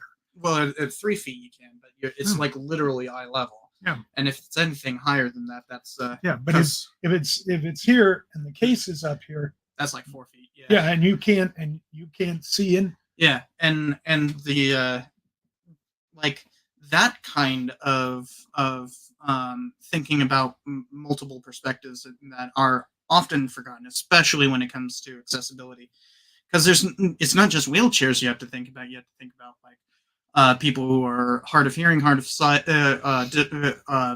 bad eyesight, and that. I mean, obviously, you can't really do much for the blind besides. No, we do. It was one of the things, and it's one of the things I was very pleased with. I take no, it's not because of me. When Amber started at the museum, Punk says you should lick the Mona Lisa.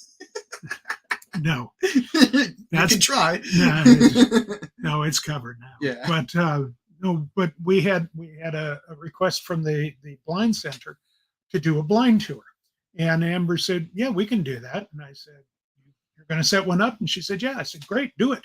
And she set up a hands-on tour, and where she had set out certain artifacts and had them, they could touch the buildings, they can touch the artifacts. One thing about blind is they are very sensitive in how they touch things. Mhm. They are not, I wouldn't trust you or me, but where I would trust them, that their touch is so light.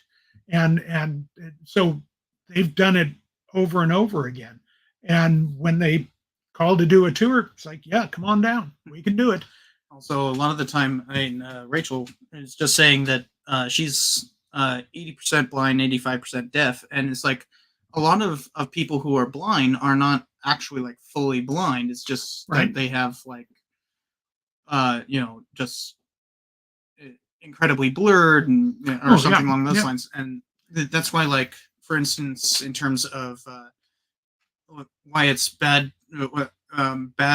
exhibit design to have spaces that are too small, too skinny. Right. I mean, obviously, like with the various housing out there, you can't really change that. You can't make that accessible without destroying the artifact, which is the house itself. Right. But when you do design, like in according to the Americans with Disabilities Act, which you have to design for getting buildings certified and everything.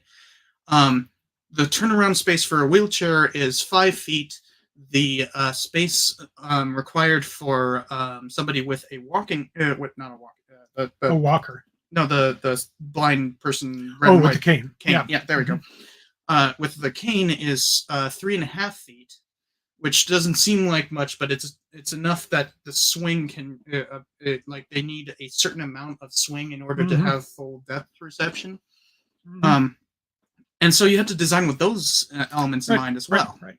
And a lot of it is folks will work with you if you're trying to work with them. By the way, I was a draftsman, that's why I know these numbers. Right.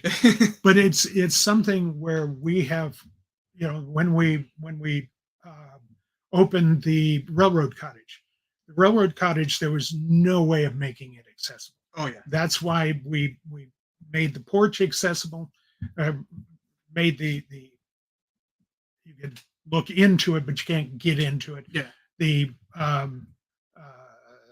ticketing office, these are buildings at the museum.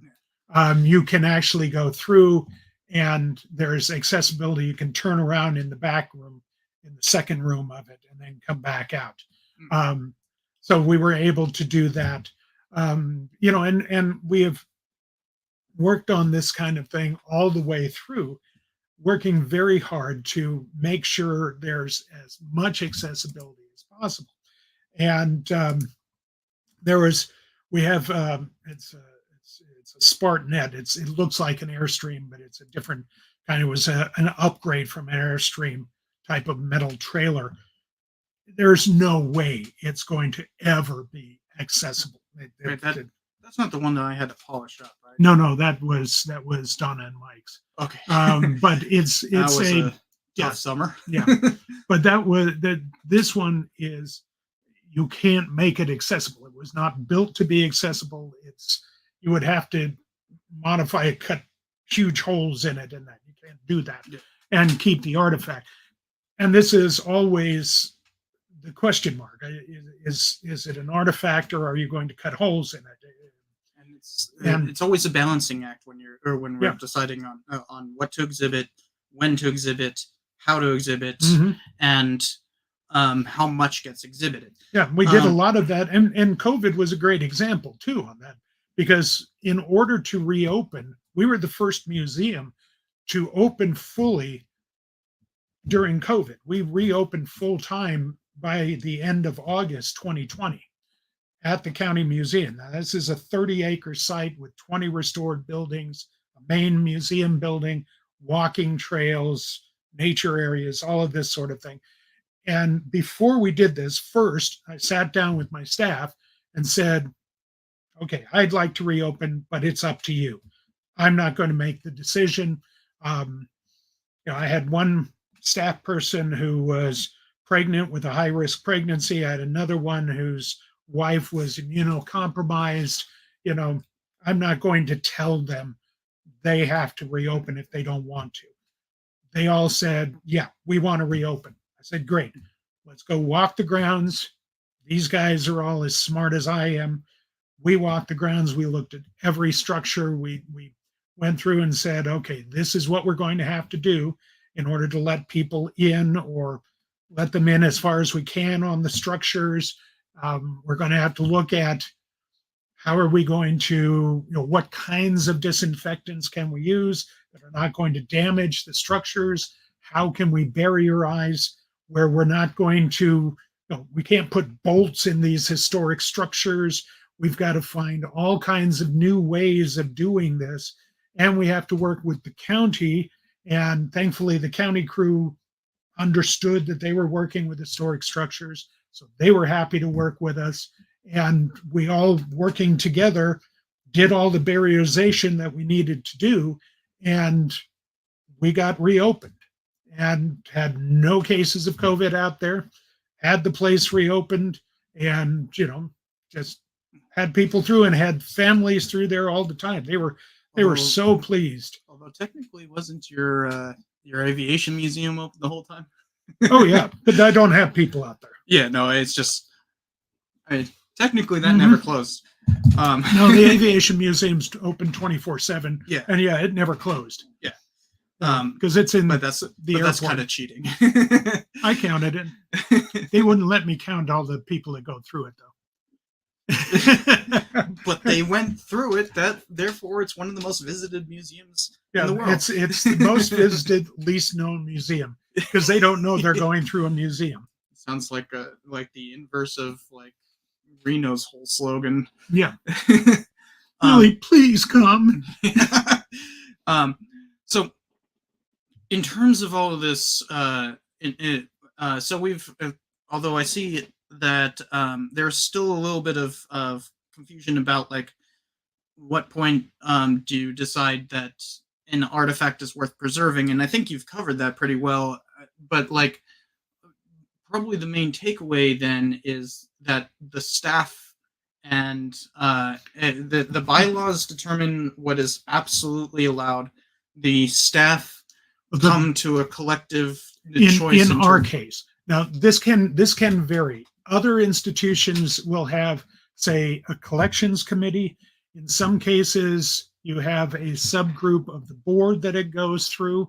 In every case, there's some group that eventually decides. Yeah, and then it goes to that group, and eventually the key thing is that there's nothing automatic about it. It is purely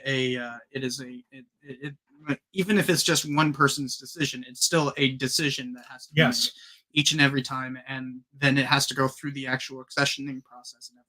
Right, and so it's not even if somebody comes in, and we've had this happen, and leaves a box at the front door, or leaves a box or says, "Here, I want you to have this," and walks out and doesn't even give you their name or whatever. It's like, well, we're not going to accept this, or says, that sounds like a matter for police, actually. Well, no, we've had stuff just left in the parking lot. Yeah. And once in a while there's something we want out of it, but most of the time we don't. And it's like, if you leave it here, it's trash. If you leave it here with a name, we will call you up and say, we will accept these 3 pieces. Come and get the rest. You have a month. If you don't come and get it, we are going to throw it away or give it to Goodwill or whatever. But no, it is not automatic. It will not automatically be saved. And often I have had to talk to people who are very upset because you are in effect, in their eyes, telling them that their thing, which they identify as part of them, is not of any value. And you have to explain to them, no, it's not that it doesn't have value. It's not that you don't have value. It's that we don't have the funding to care for everything. We don't have the space to take everything. This doesn't fit our collection. If I can, I've often said, you might try this institution, or you might call this institution in Shawnee, Oklahoma, where you're from. They might be interested in it. I was called one time by a guy who said, I've got this trunk with this whole collection, a uniform, bayonet, a rifle, books, papers, all of this stuff from a guy who was in the Civil War. And I'm like, yeah, right, I've heard this before, but okay, fine. Bring it down. He said, I'd like to give it to the museum. I said, we're not the right place, but bring it down. I'll take a look at it. I'll tell you what I can. We set up a time. He brought it down. We took it into the conference room. He opened it up, and it was a magnificent Civil War individuals collection. It was his 1861 musket, his bayonet, literally his entire uniform, his induction papers, his discharge papers, everything from his time in the service. It was all of it. But yeah. And you didn't end up taking it. Oh right? no, absolutely not. It had nothing to do with us. Yeah. But it was exactly what he said it was. It was a magnificent collection. And so it turned out that he had been given it as a young man. He was probably 14. He had been mowing the lawn for this old lady down the street. It had been her grandfather. She was the last of her family, blah, blah, blah. She had given it to him. He'd hauled it around all of his life.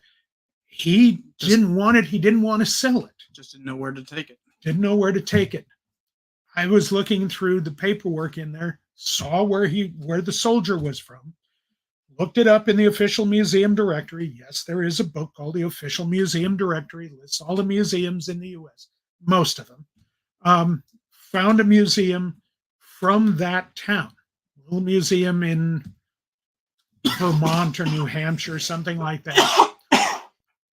Put this guy in touch with the museum. Eventually, he donated it there. That's where it should have gone. Mm-hmm. Now, was this a collection that he could have made good money on if he wanted to sell it? Absolutely. Yeah. But he didn't want to. He wanted to give it. Yeah. And then the fact that you went the extra mile to find a good museum for him to donate it to, that's not exactly expected of most museums. It would be okay for you to have been like, sorry, we can't accept that. Please try to find another place or something like that. But you went the extra mile on that case. Yeah. But sometimes stuff gets into the collection that especially when it comes to like a museum like the Clark County Museum that's been around since the 50s. Yeah. And it was started by non-professionals. Yeah. Well, there weren't really much of professionals at all in the 50s, right? But the it's grown and changed substantially. Yet there are going to be artifacts that were accessioned that wouldn't have been accessioned before, right? That would have been like the people back in the 50s might have seen that Civil War collection and been like, oh, cool, yeah, sure. And then you have to deal with that, 60, 70 years later. Well, I dealt with that in San Luis Obispo. Absolutely. Where we had the papers of a South Dakota governor, and I deaccessioned those and sent them to a different museum. No, send them to the South Dakota archives. So one hot button issue that I see constantly being brought up is the idea of repatriation. Now, everybody likes to harp on the British Museum. We are mostly talking about American museums here, since we are American and we have our experience, obviously, in this country. But the British Museum is become kind of, I don't know if you want to talk about it, but there was that whole news about the Elgin marbles this morning. That there are a lot of artifacts that are kind of hot button issues for the museum to even hold anymore. So there's this growing movement to repatriate a lot of artifacts. In the U.S., we have a very specific law on that. NAGPRA. NAGPRA, yeah. I remember when that was first being debated, when that first went into existence. What's it stand for again? Native American Graves Repatriation Act. There you go. So repatriation is, for those who don't know, I obviously don't need to explain it to you, but the idea of repatriation is that that a museum or any kind of archive that is holding these things will try to repatriate or will have requests to repatriate artifacts to their particular culture. And I'm freezing. Okay, there we go. My for some reason my side was freezing, but not yours. But the will get requests or try to repatriate artifacts, and it could be as simple as like we have South or North Dakota. Which Dakota was it? The governor's papers. Oh, that doesn't fall under that. Yeah, it's not NAGPRA, but it is kind of repatriation. It's Well, no, not. that's just we've always had within the field the fact that if you have collections that aren't appropriate to your institution, you should deaccession them and donate them to the appropriate institution. You know, if they were donated to you, they should be moved on to the appropriate institution. The whole point is that they were donated to you. You shouldn't sell them. You should donate them where they should be. Yeah. In that case, nobody's ever going to go to the San Luis Obispo County Historical Museum to look up the papers of History Center. You know, I know I don't use that, but I'm kind of, you know, I get a little stubborn on these things.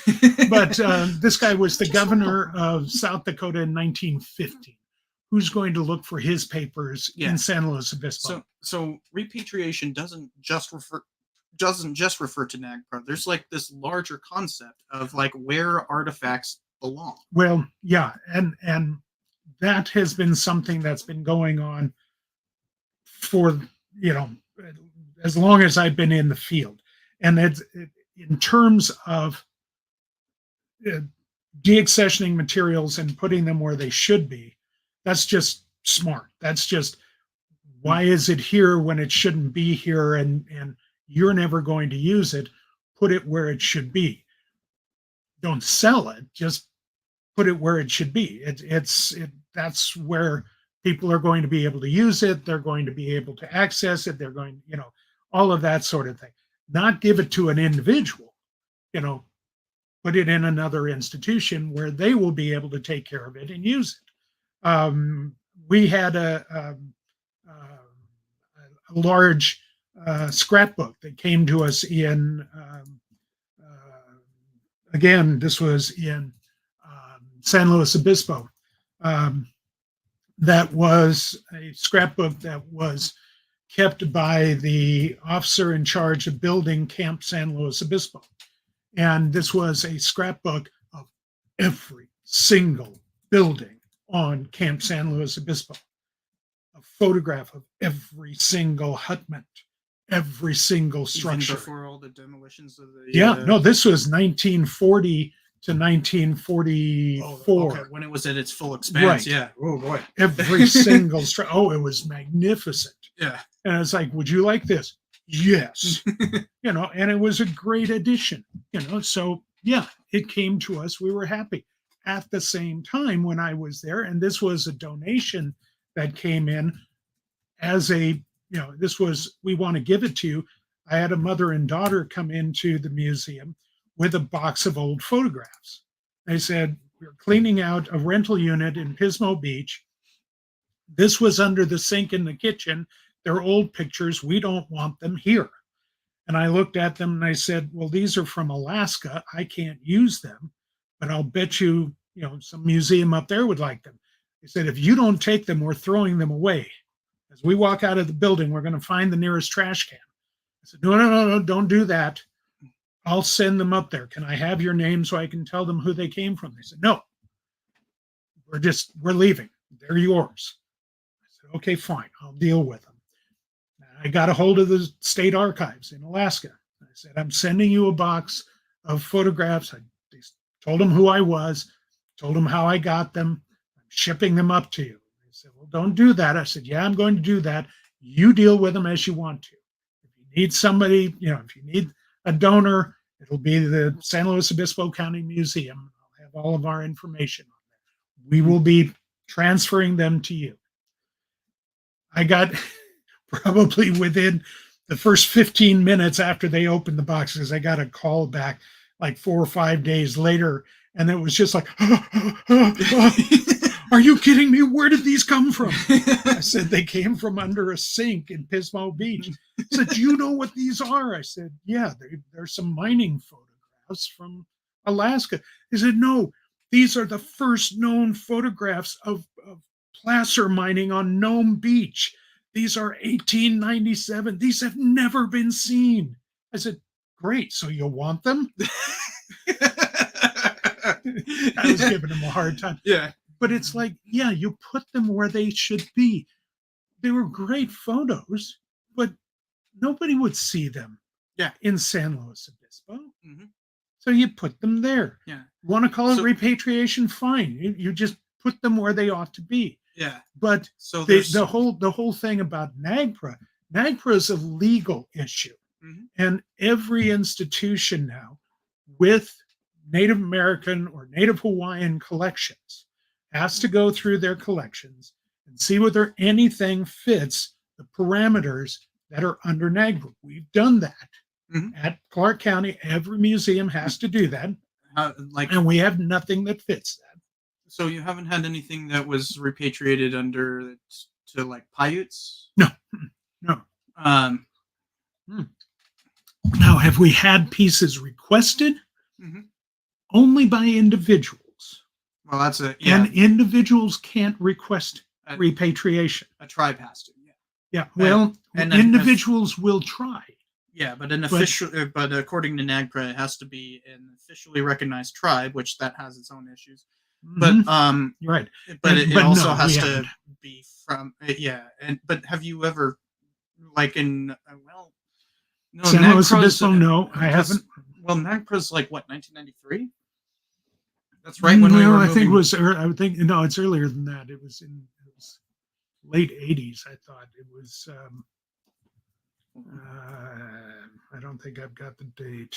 1990. 1990. Yeah. Okay, yeah. so you could have had to deal with it in. I mean, the first few the years problem- of it would be kind of fraught. Yeah. Well, the problem with, and this is the kind of thing that can happen. San Luis Obispo is a good example. Before I was there, before there was a professional staff there, they did a survey, an inventory. The well-meaning volunteers did a full survey or inventory of the collection, and they found some skeletal material in the collections. They didn't know where it was from. They didn't cross-index with what they had of accession records. They had some, didn't have a complete accession record. What they had of accession records were not cross-indexed with the inventory. So you've got the inventory, you've got some accession records, you've got some separate accession records that were kept after that. It's a real mess. And the Hold on. Jerry Sable as in yeah, our Jerry? Is that you, Jerry, up in Oregon? It's somebody named Jerry Sable came on and says, "Wonderful! I just happened on this by chance. So now with Mark retired and sitting on a personal collection worthy of its own eccentric museum, will he open one or revert to being a pure historian?" That sounds like Jerry. yeah, right? that's Jerry. Yeah. Probably more popular historian. That's what I'm doing now, Jerry. Good to see you out there. I wish I was. Maybe I'll see you up in Oregon one of these days. I almost got. I was close to getting a job up there. I was really hoping I'd be able to just drive east. Yeah. And Jerry, by the way, folks, this, Jerry's one of the folks that I would call a pseudo uncle, a very close friend of the family. Anyways, what ended up happening in SLO was they found skeletal material in the collections, couldn't tell anything about it, called in the coroner's office, had the skeletal material removed from the collections, and just turned it over to them, and it was disposed of. What they didn't know was part of it was loan material. Ooh, that's even worse. It gets worse than that. Part of it was donation material, which is not clear, and so it was gone. I don't even know what all was there. And while I was there, I was contacted by the son of the lender of some of the material. who had the original paperwork on the loan, the son, an attorney, wanted the loan back. Oh no. Now, when one is the director, one cannot turn this over to anyone else. When you are dealing with an attorney, there's no reason to prevaricate. Yeah, there's no reason to prevaricate. You just have to be honest. And I told him exactly what had happened. And I said, now, you say that there were mortars and metates and pestles and all kinds of other stuff. I said, I know where there is a pile of those in the basement here. If you would like to come over and identify the ones that you remember, I will be happy to return those to you because they are not numbered. I have no records to help me identify those. I would be happy to work with you on this. And he never made it over. I said, the skeletal material is gone. And be perfectly honest, you're probably better off, but I can't say for sure. But when it came to NAGPRA, there was nothing to report. It was gone. Not as it should have been. Sure. But that had happened. And unfortunately, there have been cases where a lot of well-meaning people have done a lot of stupid things. Yeah, well, I mean, that's one of the problems with when museums are run purely by volunteers and people without any professional training. I hesitate to use the term amateur, but even professionally trained individuals can be led astray. People have been known to destroy artifacts because they'll listen, even professionally trained people, and I'm speaking of firearms in this case, where they will have somebody on the board who says, well, I'm an attorney, and I know that if you have a firearm in your collection and you get broken into and that firearm gets stolen and it gets used in a crime, the museum will be liable. It's not true. Which is a lie, but that leads them to then destroy the firearm. Your job is to preserve your artifacts, not destroy them. Yeah.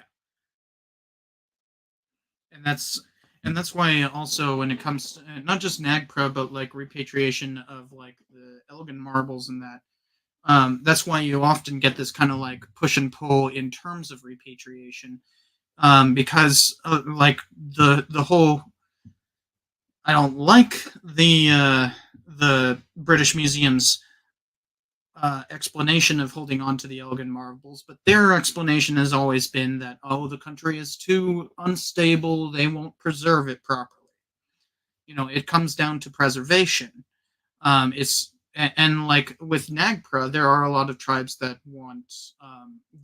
actually want those artifacts destroyed, especially when it comes to skulls. There's a lot of that. Mm-hmm. And certain types of organic materials. Yeah. Wood and that sort of thing. There are certain pieces that... And there's like ones that we would call religious artifacts. Doesn't quite work in this context, but right. That have to be handled in a particular way that obviously like the Smithsonian is not going to do correctly. Some of them are now. They try. Yeah. There's an actual like. There's a lot of. I remember talking to. We had I always forget the name of it. The cultural preservation officer, or the standard position for in tribes that is in charge of like interfacing with the public in terms of culture, and that cultural preservation officer. That's often used. Yeah. Yeah. Okay. We had the cultural preservation officer come from Zuni, and he was talking about how like they have this thing that like if something is associated with the dead that they can't touch it. And so like it and like there's a very real thing of like dead artifacts like distort an entire space. So they can't nag pry it because of this, but they also want those artifacts preserved in a particular way, but they also want to make sure that they won't run into it. So there's like a whole bunch of really difficult questions when Yep. it comes to this. And Run into that with Navajo pieces as well. Oh, do they have the same Yeah, kind of yeah. the I mean, like Sorry, I should say I remember D-Day. actually. Did we hand me the Kachina right behind you? Yeah. Which one? Let's go with Huyai. I always like Huyai. So this is a Huyai thing. This is Kachina that goes Zuni, and there's other ones that do Kachinas, right? Well, yeah, but it's basically Zuni, right? Zuni. Yeah. This is Huyai, which is specifically a Zuni legend. Mhm. And I remember we were at that applied history thing. So this is basically just it's a wooden doll kind of thing, but it represents a specific story. It's the way that that Zunis remember their legends. Zunis and Hopis. Hopis. Thank you. Yeah. Yeah, that's the one I was trying to Yeah, think of. because that's the Hopi girl with one Yeah, Hopi side, is one side of her yeah. hair up. So this is Huyai. She represents a girl who defended the defended the Pueblo against a Navajo onslaught, basically on her own, and so she's like basically the Mulan of the Southwest, and like these have particular cultural significance. Now they're it's fine for they're fine with people having them and holding them. This is actually I think was sold at like a no, they're, you find these at like gas stations and whatnot. Yeah. But I was at a workshop last summer that included a talk about like how will you use these objects in an exhibit kind of thing, and we were handing around objects, and one of them was a huyai, and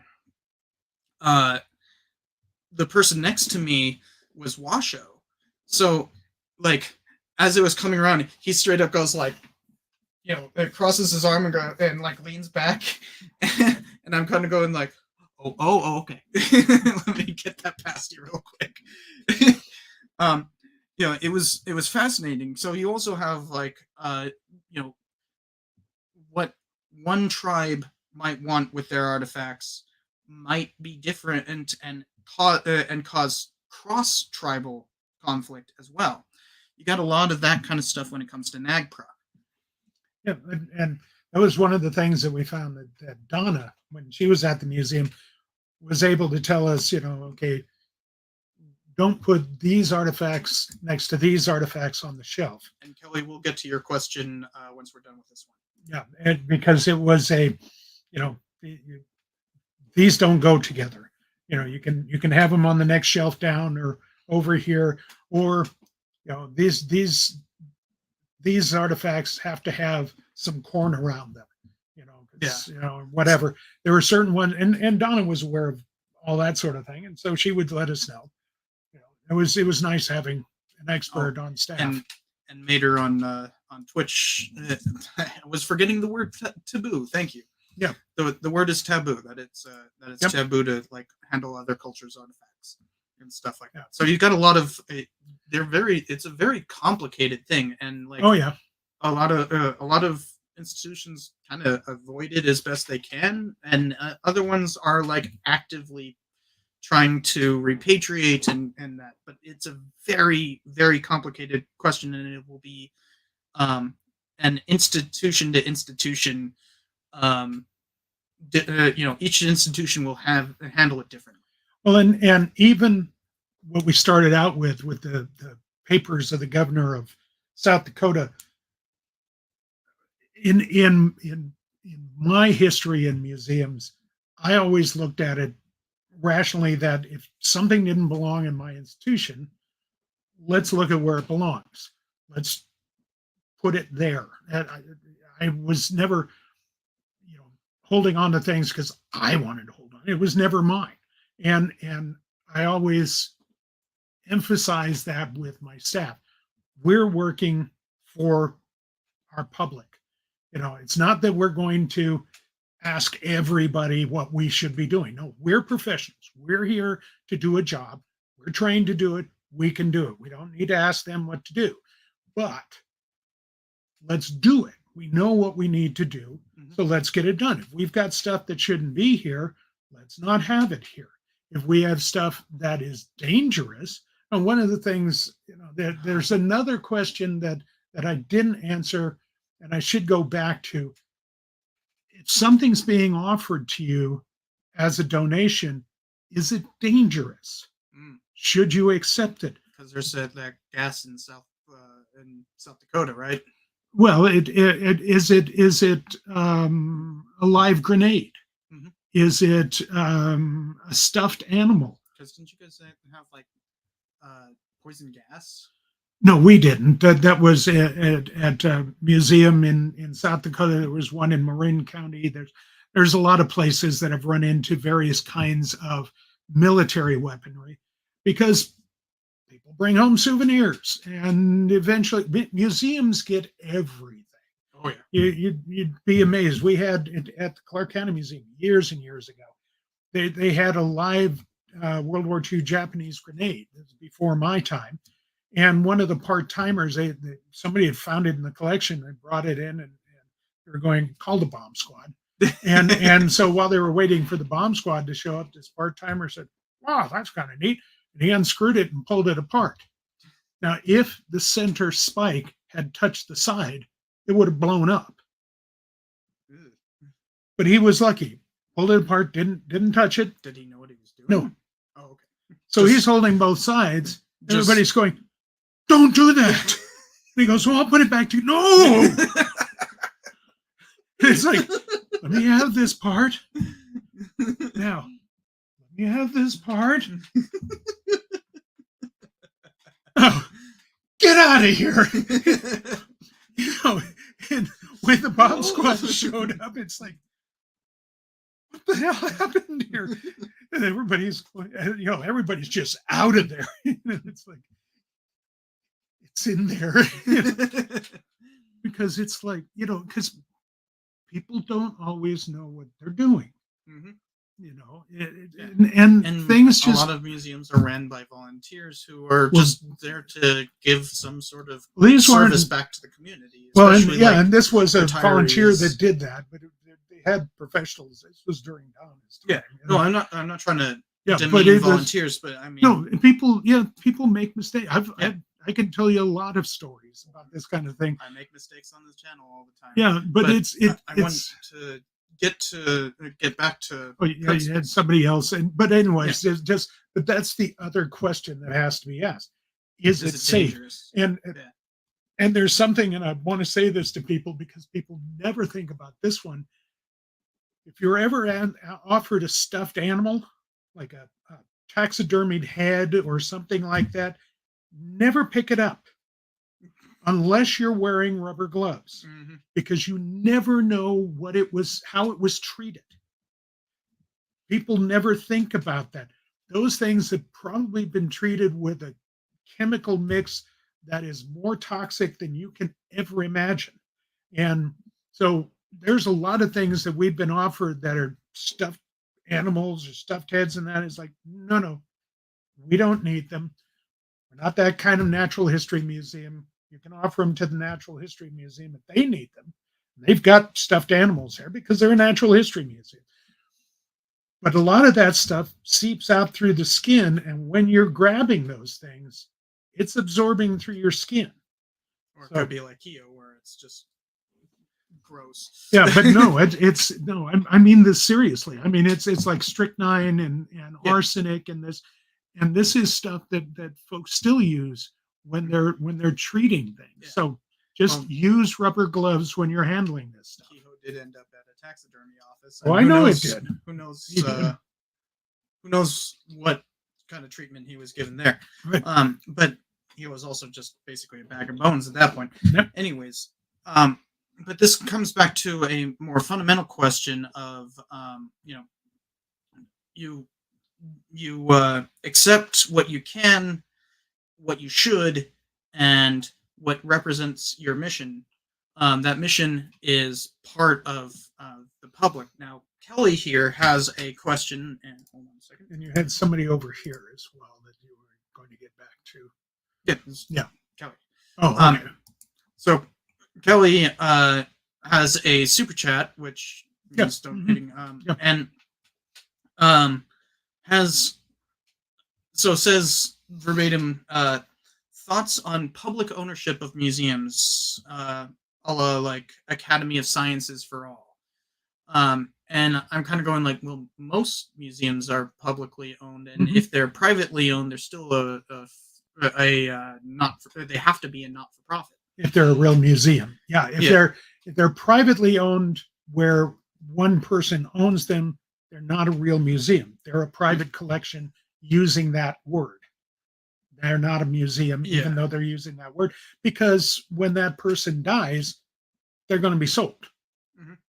That's not a museum. That's a private collection in a really nice museum or in that nice building. So what would be the difference between that and public ownership? And I'm trying to gear this towards leading towards that overarching question we've been kind of we started with.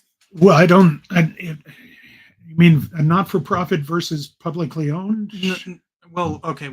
What is, I'm just trying to, Kelly, you can chime in and say what you meant by that, because public ownership, I'm guessing, means like governmental, like 107. Not for profit and governmental is. I know. Yeah. He's not saying not for profit. I don't know if that's a he. But I think he's referring to government ownership. And 170A1 versus 501c3. I think I'm just. He says Academy of Sciences for all. I'm guessing that's referring to the French Academy of Sciences, which is a governmental institution. Well, it's the difference is our tax code. Yeah, and I think he's talking about ownership, though. And I think of museums as all being publicly owned, that they ultimately have a public that they serve, whether or not it's a private 501c3 or a government institution. It still serves the public, right? And that's the way they're supposed to work. The difference is if it's a governmental entity, you've got whatever the ultimate group is. If it's, say a city, you've got a city council overseeing it. If it's a county, you've got a county commission. If it's a state, you've got the state legislature. If it's a 501c3, you've got the state attorney general ultimately overseeing. Yeah. So in any case, you've got some governmental entity overseeing its operation. Now, the reality is on a 501c3, the state attorney general seldom gets involved unless there's some huge issue, like, say, the military museum here that closed because the guy who was running it just left the doors open and just left everything. And eventually the state took it over. Though the folks who owned the building found it just abandoned and at least packed up everything. No. It went through the state first, but they packed everything up, got a hold of everybody that they could find that had loaned stuff. They came in and got what they had loaned, and then everything else they put into storage, contacted the state. The state came in and took over all of that because they owned the building. The building was privately owned. They took over their building, and because they had just loaned them the building to put this stuff in. But the entity that had been running it was gone. It had closed down, and so the state just scooped up what was left because they were the ones ultimately in charge then. Mhm. Your whole thing about the dissolution question, this is where that's the question that comes into play. Where does that collection go? Right. And it went to the state. They turned it over to the Veterans Administration within the state. And the state Veterans Administration ended up taking over all this stuff, tried to get it back to any individual they could identify. And then they brought in Dennis and I, Dennis from the State Museum and me from the County Museum, and we tried to deal with what was left. Kelly was referring to the California Academy of Science in San Francisco. That's a state institution, I believe. So still, but the main thing is, it wouldn't work for all museums to be government run. I mean, there's so many institutions, right? Problems with. I mean, the amount of bureaucracy you deal with, and I'm kind of an outside observer, but I remember all of that stuff. Well, not all of it, obviously, but government bureaucracy has its own issues, and the whole point of a museum that is private, non-profit, is that it is still in the interest of the public. It's actually an old form of like the corporation structure itself is like 1920s, right? But it goes back to charter corporations, which are literally medieval, and were meant to be ways of people coming together to form an institution for the public good. That's how guilds were structured and that kind of stuff. It's actually a form of incorporation that goes back centuries upon centuries, long before museums existed. But I think the other, and I understand and get into all of that, but the main thing is there is not enough governments to form all the museums that people want. Yeah. And you wouldn't have the local community museums and even a lot of the really large public museums if you waited for government to build them. Exactly. And that's the difference. In order to have a museum in Lovelock, Nevada, for example, there's no government there to be able to run it, but there is a community of volunteers that are willing to have a museum to talk about their history and to give some place for the school children to go to and the community to go to see their own history. Yeah, and we shouldn't force people to work with the government when they're perfectly willing to do it on their own. Exactly. That's part of what it is to be an American. I mean, that's one of the things that you go back to de Tocqueville. That's one of the things that he talked about. Yeah. That's typically American. Yeah. Yeah. And that's why we have both. There's no problem with being a governmental entity, except that's why when I lost all of my staff in 2008, by the time I retired in 2021, I hadn't gotten anyone back. Yeah. Because where I was in the bureaucracy, I had no support because I was part of Parks and Rec. And it was more important to get people to be, volleyball supervisors and park supervisors than to get a new, curator at the county museum. They didn't understand what I was. I could explain it to them. And I did it incessantly, but they just saw that, oh, look at this, he's doing well out there. No, I'm holding on and I have a great staff who are working way too hard. But all they saw was we need more pickleball courts, and they didn't see the value because that's the benefit of a private organization. So you don't want to have just pure public ownership of museums. Yeah. But this does get, and Tyler, we'll definitely get to your question. I want to get to the more random questions after we get to this overarching question, I want to return to, which is, you know, as we've been going through all of this, discussing like all the various issues of not just running a museum, but like why museums even exist and like how many of them and stuff like that. As you know, return to the question of what is the role of the museum? What services do museums render, and to whom? Well, apart from the collecting and the care of the past, the physical past of the community and all of that, we're also educational institutions.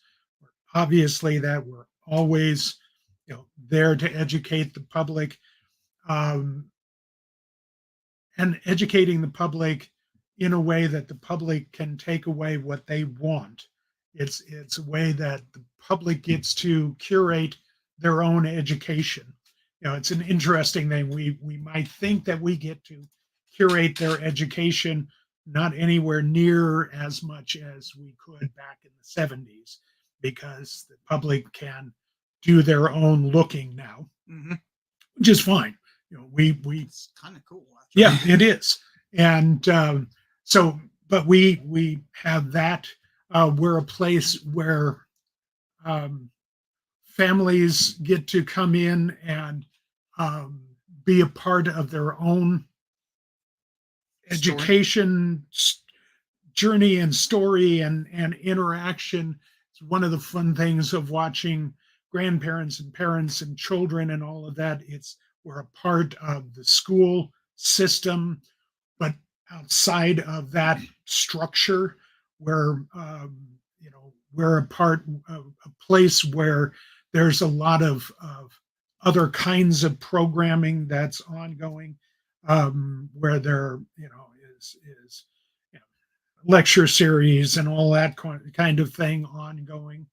We're part of the community, and we're a unique part of the community because of what we bring to the table.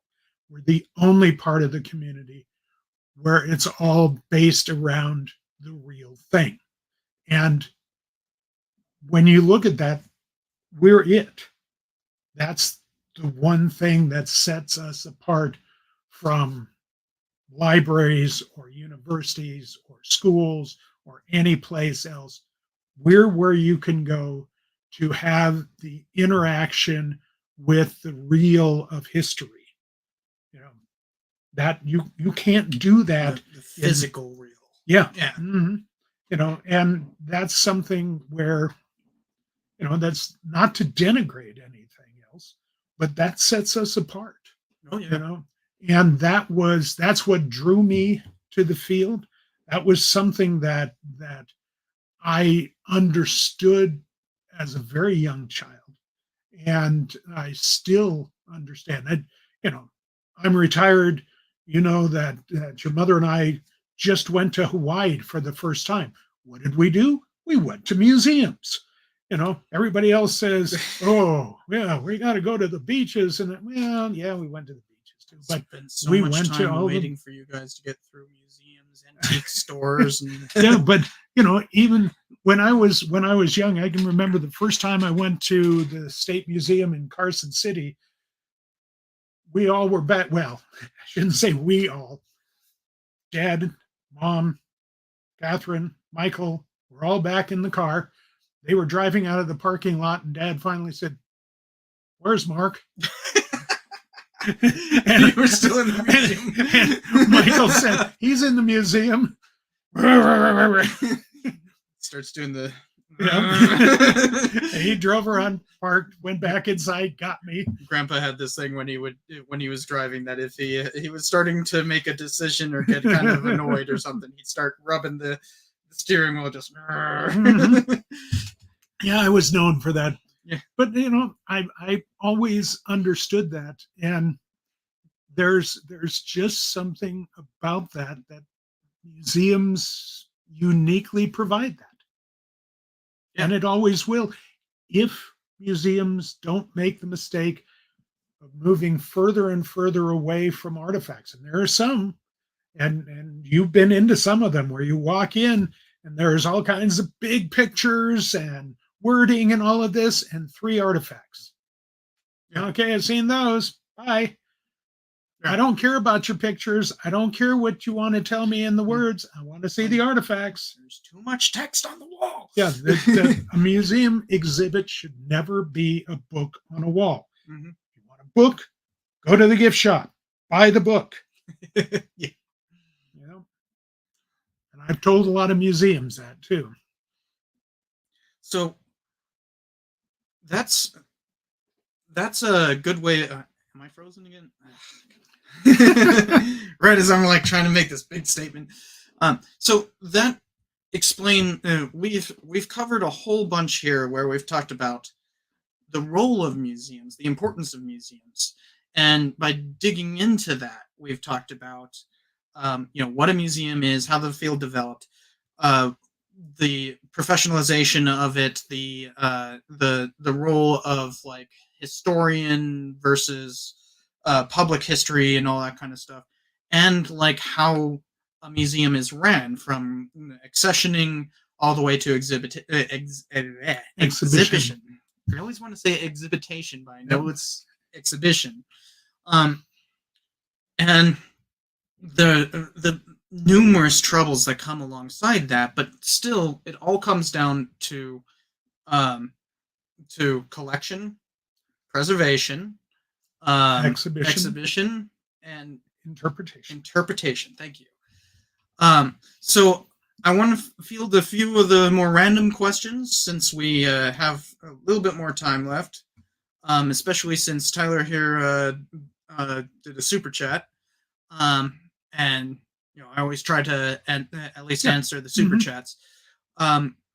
So Tyler says, how do you feel about human remains being displayed in a museum? And as soon as I hear that, I think of that bodies thing. Yeah, to be perfectly honest, I have no problem with it, except. Let me finish the. Okay, question. Go ahead. Yeah. The British Mary Rose Museum has full skeletons of the ship's sailors on display.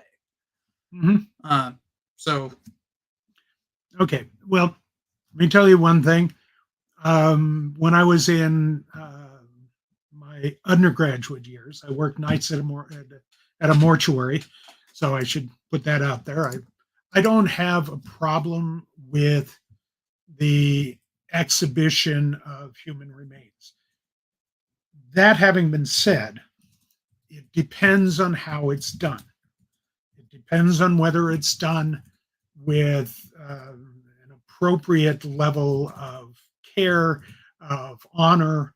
The fact is, we're all going to die. Our bodies are going to go away. We're going to end up being skeletons. I'm not going to care if after I'm dead, for some reason, my skeleton is going to help out with an exhibit. That's not going to bother me because I'm going to be dead. It doesn't bother me. If there's some kind of a religious taboo in some we were talking about Zunis. Yeah, the Zuni taboo, friends on the reservation. I would certainly understand that. But with English, there's no taboo there. Mm-hmm. So, yeah, that doesn't bother me. Yeah. It's how it's done. Is it being done for some prurient interest? Nah. But if word to use. Yeah, but if it's done where it shows something about how we have changed and learned, that's a good thing. If it's something positive. And Tyler, we can't comment so much on the. She's giving detail on the on like what the exhibit entails, and we can't really. Yeah, I haven't seen the exhibit, so I can't really speak to that one. Yeah, exactly. When I haven't been to England since 1986, and I didn't see the Mary Rose. 2 years before me. Yeah, but I didn't. before you were born. Mhm. So we need to explain that. But it's I when I see it, I Nothing will else take a look exists. at it and see what I think of the exhibit. Nothing Um, truly existed before I 1988. hate to tell you this, son, but yes. Um, Hopefully, your mother and I at least existed before you. Oh, it just popped into existence. That's how. But it's an interesting question. Yeah. I have not done exhibits that involved human remains, but it is one that I would always be very cautious how they were used and you know why they were Well, being used. you visited the Arizona, right? No, I didn't. Oh, But I just looked at it. I looked at it from the tower at the oh, you didn't hangar. go to the little No, thing no, that's above it. no. I didn't have to. Yeah, I mean, it's just a hull that's Yeah, upside down, and leaking oil. yeah. I could see the oil slick from where I was standing. Really? Yeah, Still, wow. yeah. No, Um, you have to understand your grandfather. Dad was a I Pearl know. Harbor survivor, and Well, he wasn't that a pro. he was listed as a Pearl Harbor survivor, even though he He was was in Manila. He was a Philippine survivor. Yeah, but that's still considered one of the Pearl Harbor survivors. It's how they're listed. I guess. Even I though mean, he it was was there. like within 24 hours. So. Yeah, Yeah. that was it. Yeah, but anyways, yeah, I didn't need to see that, and that was a separate ticket, separate money. Yeah. I didn't. But That you was can not also, one that I wanted to do. But like there are people entombed in there. Yes, And yeah, and they've entombed the last one. what do you mean? They were still entombing survivors, and they've entombed the last one. They're actually putting people in. Yeah, if they were a survivor of the Arizona, and they wanted to be. Yes, yeah. Really, I didn't know they were Oh doing yeah, that. yeah. They were still allowed to. Huh. Yeah, if they requested it, So and they yeah. were an actual survivor, So- they could be entombed. So that's an interesting thing in terms of the ethics of displaying bodies. Obviously, they're not displaying the actual bodies; it's just the Arizona itself. But like like obviously the crew, the surviving crew, is okay with the is Well, the last one's gone now, but yeah, they Yeah. were. and so much so that they were willing to be entombed with their fallen brethren. Mhm. Um, Not and- all of them did, but yeah, yeah, number I'm of sure them did, I'm yeah. sure there were a few that Mhm. didn't like the thing. There's always going to be discord when it comes to these things. It wasn't that they some of them didn't because they wanted to be in tune with their family, but a number of them wanted to be in tune with their shipmates, and that was fine. And so on another random question, and this might be the last one. We'll see. Mhm. But it's just a good question to answer. Sure. It's one of those. It's kind of a superlative, but you'll get it. What are one of the biggest misconceptions about museums thanks to popular culture? Everybody comes alive in the middle of the night. No, I actually like those movies. But no, I think that, okay, a couple of different things. I think that they're really boring to work at. Everybody's boring who works there. Everybody's just kind of, really quiet, and they work back in their own little corners, and nobody's laughing, nobody's joking, nobody's, museums, at least the ones that I've worked in, are they're some of the funniest places you can be. A lot of times, the folks that work in museums tend to be really widely read, really intelligent people, have really droll senses of humor, and and um, you don't want to come in with a sense that you're the king or queen of trivia, because you're going to find out you're not. You don't want to think that you know everything about everything, because you don't. The folks that you will meet in museums are some of the most interesting folks that you can ever run into. But they're just kind of all over the place with their interests. and they really love what they do. You know, they really believe in the value of the work that they're doing. You know, they are there not because they're going to get rich, because they're not going to get rich. You know, maybe if you're the director of the Met or the Chicago Museum of Art or something like that, but once you get to that point, you're a bureaucrat. You're a CEO. You're no longer a museum person.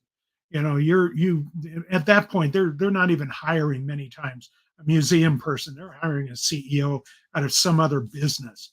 When you're really working, you know, in you know on the real museum level, you're actually working with some of the most fun people that you'll ever run into, and it's a small field.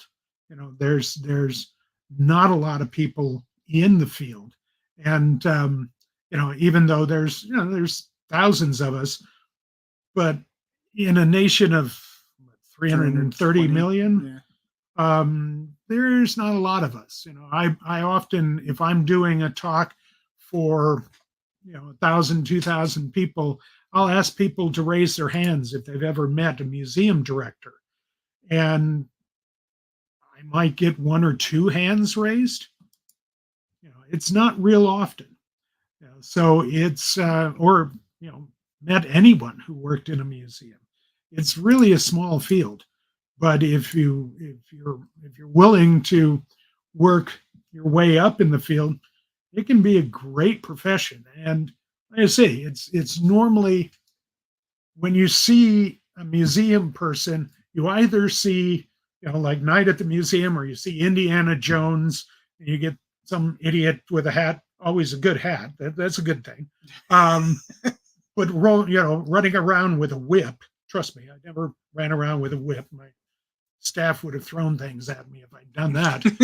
um, you know, but no, I mean, it's you just. do have my bullwhip here. Oh yeah, well, I had one in my office too, but I couldn't find it if I was looking for it. Oh, But mine's in the garage. yeah, I know. Although that might mean that it can't be found. That's Our true. garage is very much like the end of Indiana Jones and the Ark of the Covenant. Yeah, so were both of my offices. My bosses didn't think I was going to be able to retire, so they didn't think I'd be able to empty my offices.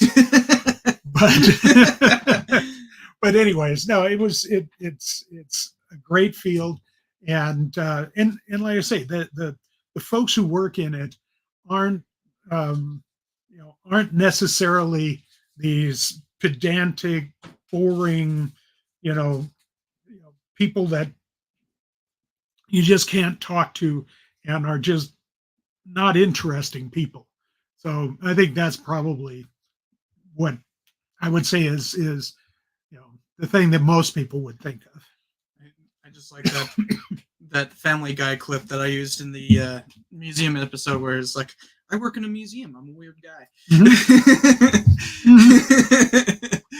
It's very true. Although the misconception I want to point out is, and I gotta, when I saw the Black Panther movie, when I saw that museum scene, that was truly terrible. Yeah. Yeah, that's a good one too. Yeah, that was one of those ones where it was like, what are they doing? It was one of those like, it just didn't represent museums at all. And that's where this whole like, there's so much.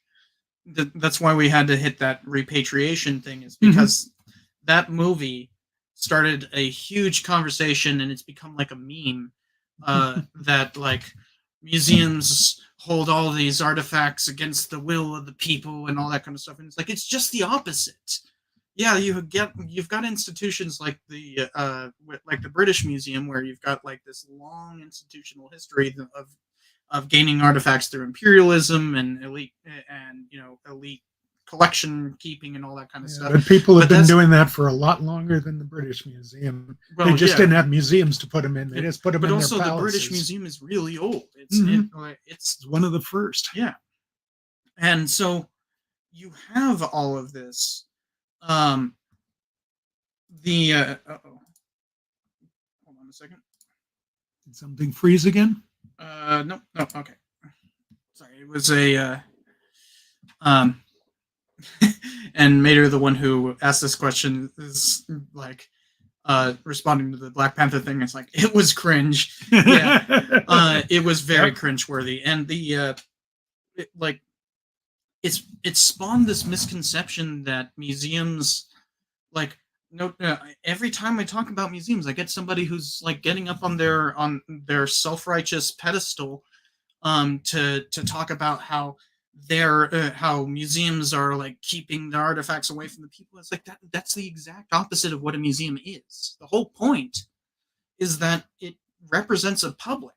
It's there to collect, preserve, exhibit, interpret. You got it. And like that's serving a particular public. So think about all the stuff all these collectors have. They hoard to themselves, and they're very happy to show to their friends so that they can lord it over their friends. But do you think anybody walking down the street can see it? Oh no. Yeah. And they're really happy to say, well, that museum shouldn't have it because I want it. It's no, the museum has it so everybody can see it, not just you. Yeah. And there's also this kind of, I mean, a lot of that talk is predicated on basically just trying to look good and not actually believing in anything. It's something. It's one of those typical internet things that, I mean, that's what the Black Panther movie was doing. Yeah. It's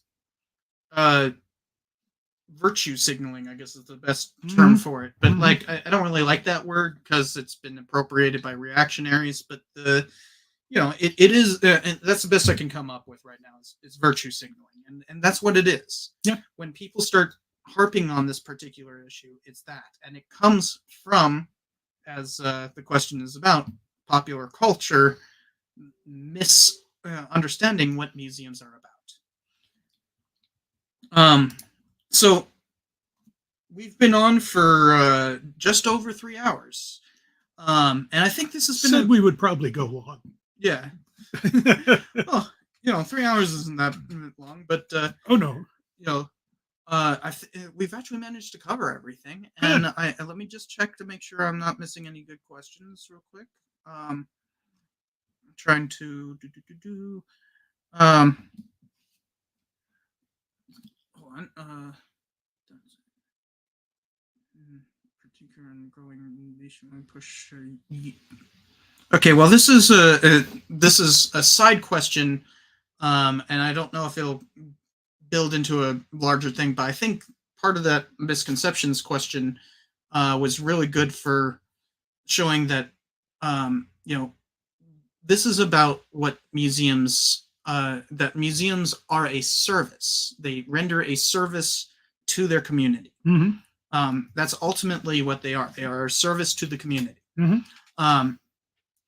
So that's what this entire stream was about, and trying to show that. One interesting, completely side question that we can. Punksai had a good term for instead of virtue signaling, performative outrage. Oh, I like it. Yeah, that's good. I Performative like that. outrage. Yeah, very good. Yeah. That performative outrage is completely missing what a museum is about. Yeah, of course. It's like that's what this discussion is ultimately about. Mm-hmm. So, random side questions, just kind of an interesting idea. What do you think on this a recent push on unionizing museum staffers? Where that's happening, I think in most cases it's the museum's fault. It's normally well, especially when it comes to like the Met and these big institutions. It's large institutions that where they have gotten so big, they've got so many people working there, they've lost sight of working together. I'm not a great lover of unions. been in one that I had to be in at one point when I was working for Litton Microwave. Don't buy a Litton Microwave. I technically helped organize a union 2.5 years ago. Yeah, but and there are times when unions are necessary, but um, the problem with unions is 3 years. museums in many cases on the level that I worked in, you can't work 8 to 5. You if you're putting in an exhibit, you have times when you have to work more hours. If you have to work more hours, you take time off at other times.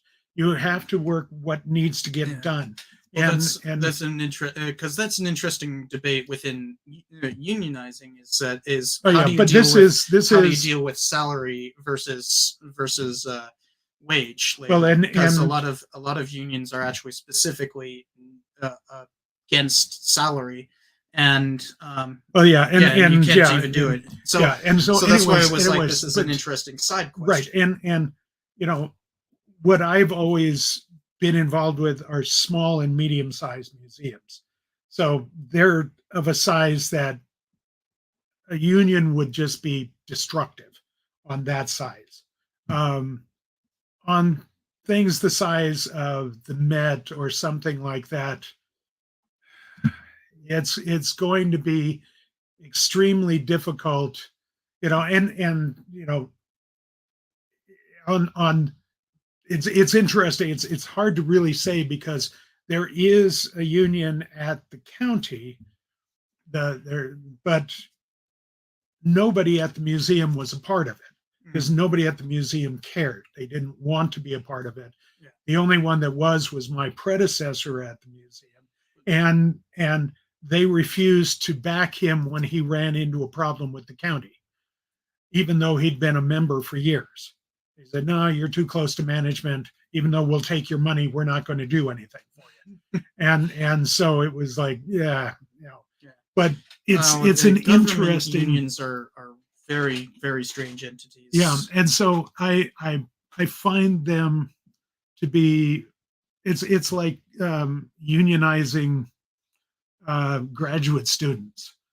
I did that. Yeah, and those can be interesting. And they come into being normally because they've just been mistreated too much. Yeah, and that's also there's a specific standardized contract across the entire university. Right. So anyways, let me finish my answer though. Mm-hmm. If you're talking about them for smaller, medium-sized museums, I think they are a terrible idea. And if they are, if on that level you're mistreating your staff will go away and you will be hurting your institution. So you need to fire that director and get a new director. There's plenty of people out there. Don't bring in a union, fire the director. Yeah. Simple question, simple answer. That's my answer on that. Don't create a new problem, fix the actual problem. Yeah, and that's why, like, on grad students, it's like, we at UNM we were of signed card members. We had, I believe, 2,200 people. However, like those should also involve your PTIs. And no, that's faculty. That's the different level. Yeah, but I get that PTIs are, but that's not what we're talking about. Yeah, but there's a whole nother issue. Anyways, not even called PTIs; they're called adjuncts. But that's there's a standardized contract across the entire. I'm aware of all of that. Yeah. Well, I'm trying to finish something. Mm-hmm. It's that it's standardized. It is a large. Mm-hmm. Let me finish. It's a large bargaining group in which you have a standard thing. You can't do that with small institutions. You don't have. Well, that's actually what we've got, and for part-timers.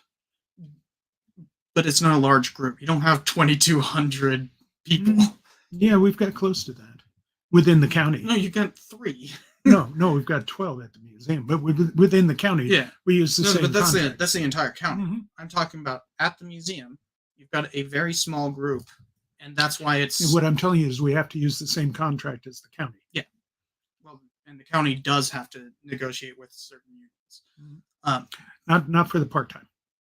okay, but in either case, small museums shouldn't have to deal with it because that large bargaining group doesn't exist. Right. So it like in terms No, of but just people in have terms of looked just at praxis coming from an actual like organizing principle, it doesn't make sense to organize a museum unless it is a large museum. So not just from a director's point of view, but from a worker's point of view, um, it doesn't make sense. So I think that's pretty good. It was an interesting side question. The larger thing about this whole stream is about you know what is the purpose of museums? Why should we care about them so much? And also how to avoid some of the pitfalls of those kinds of misconceptions. Like this has been a discussion about like what museology really is about. So if you have any further questions, be sure to ask them in the comments. And also, this has been a new format for me. I don't know if I made it clear enough, but I'm actually just sitting across the table from my father here. So we're actually just using the same microphone. So also I would like to see some comments about whether or not this format works and if it would be a good idea to do these kinds of uh, general idea interviews in the future. So be sure to tell me. There you go. Be sure to tell me in the comments below. Hope you guys enjoyed this. This has been my dad, Mark Hall-Patton, and I will see you all in the next one.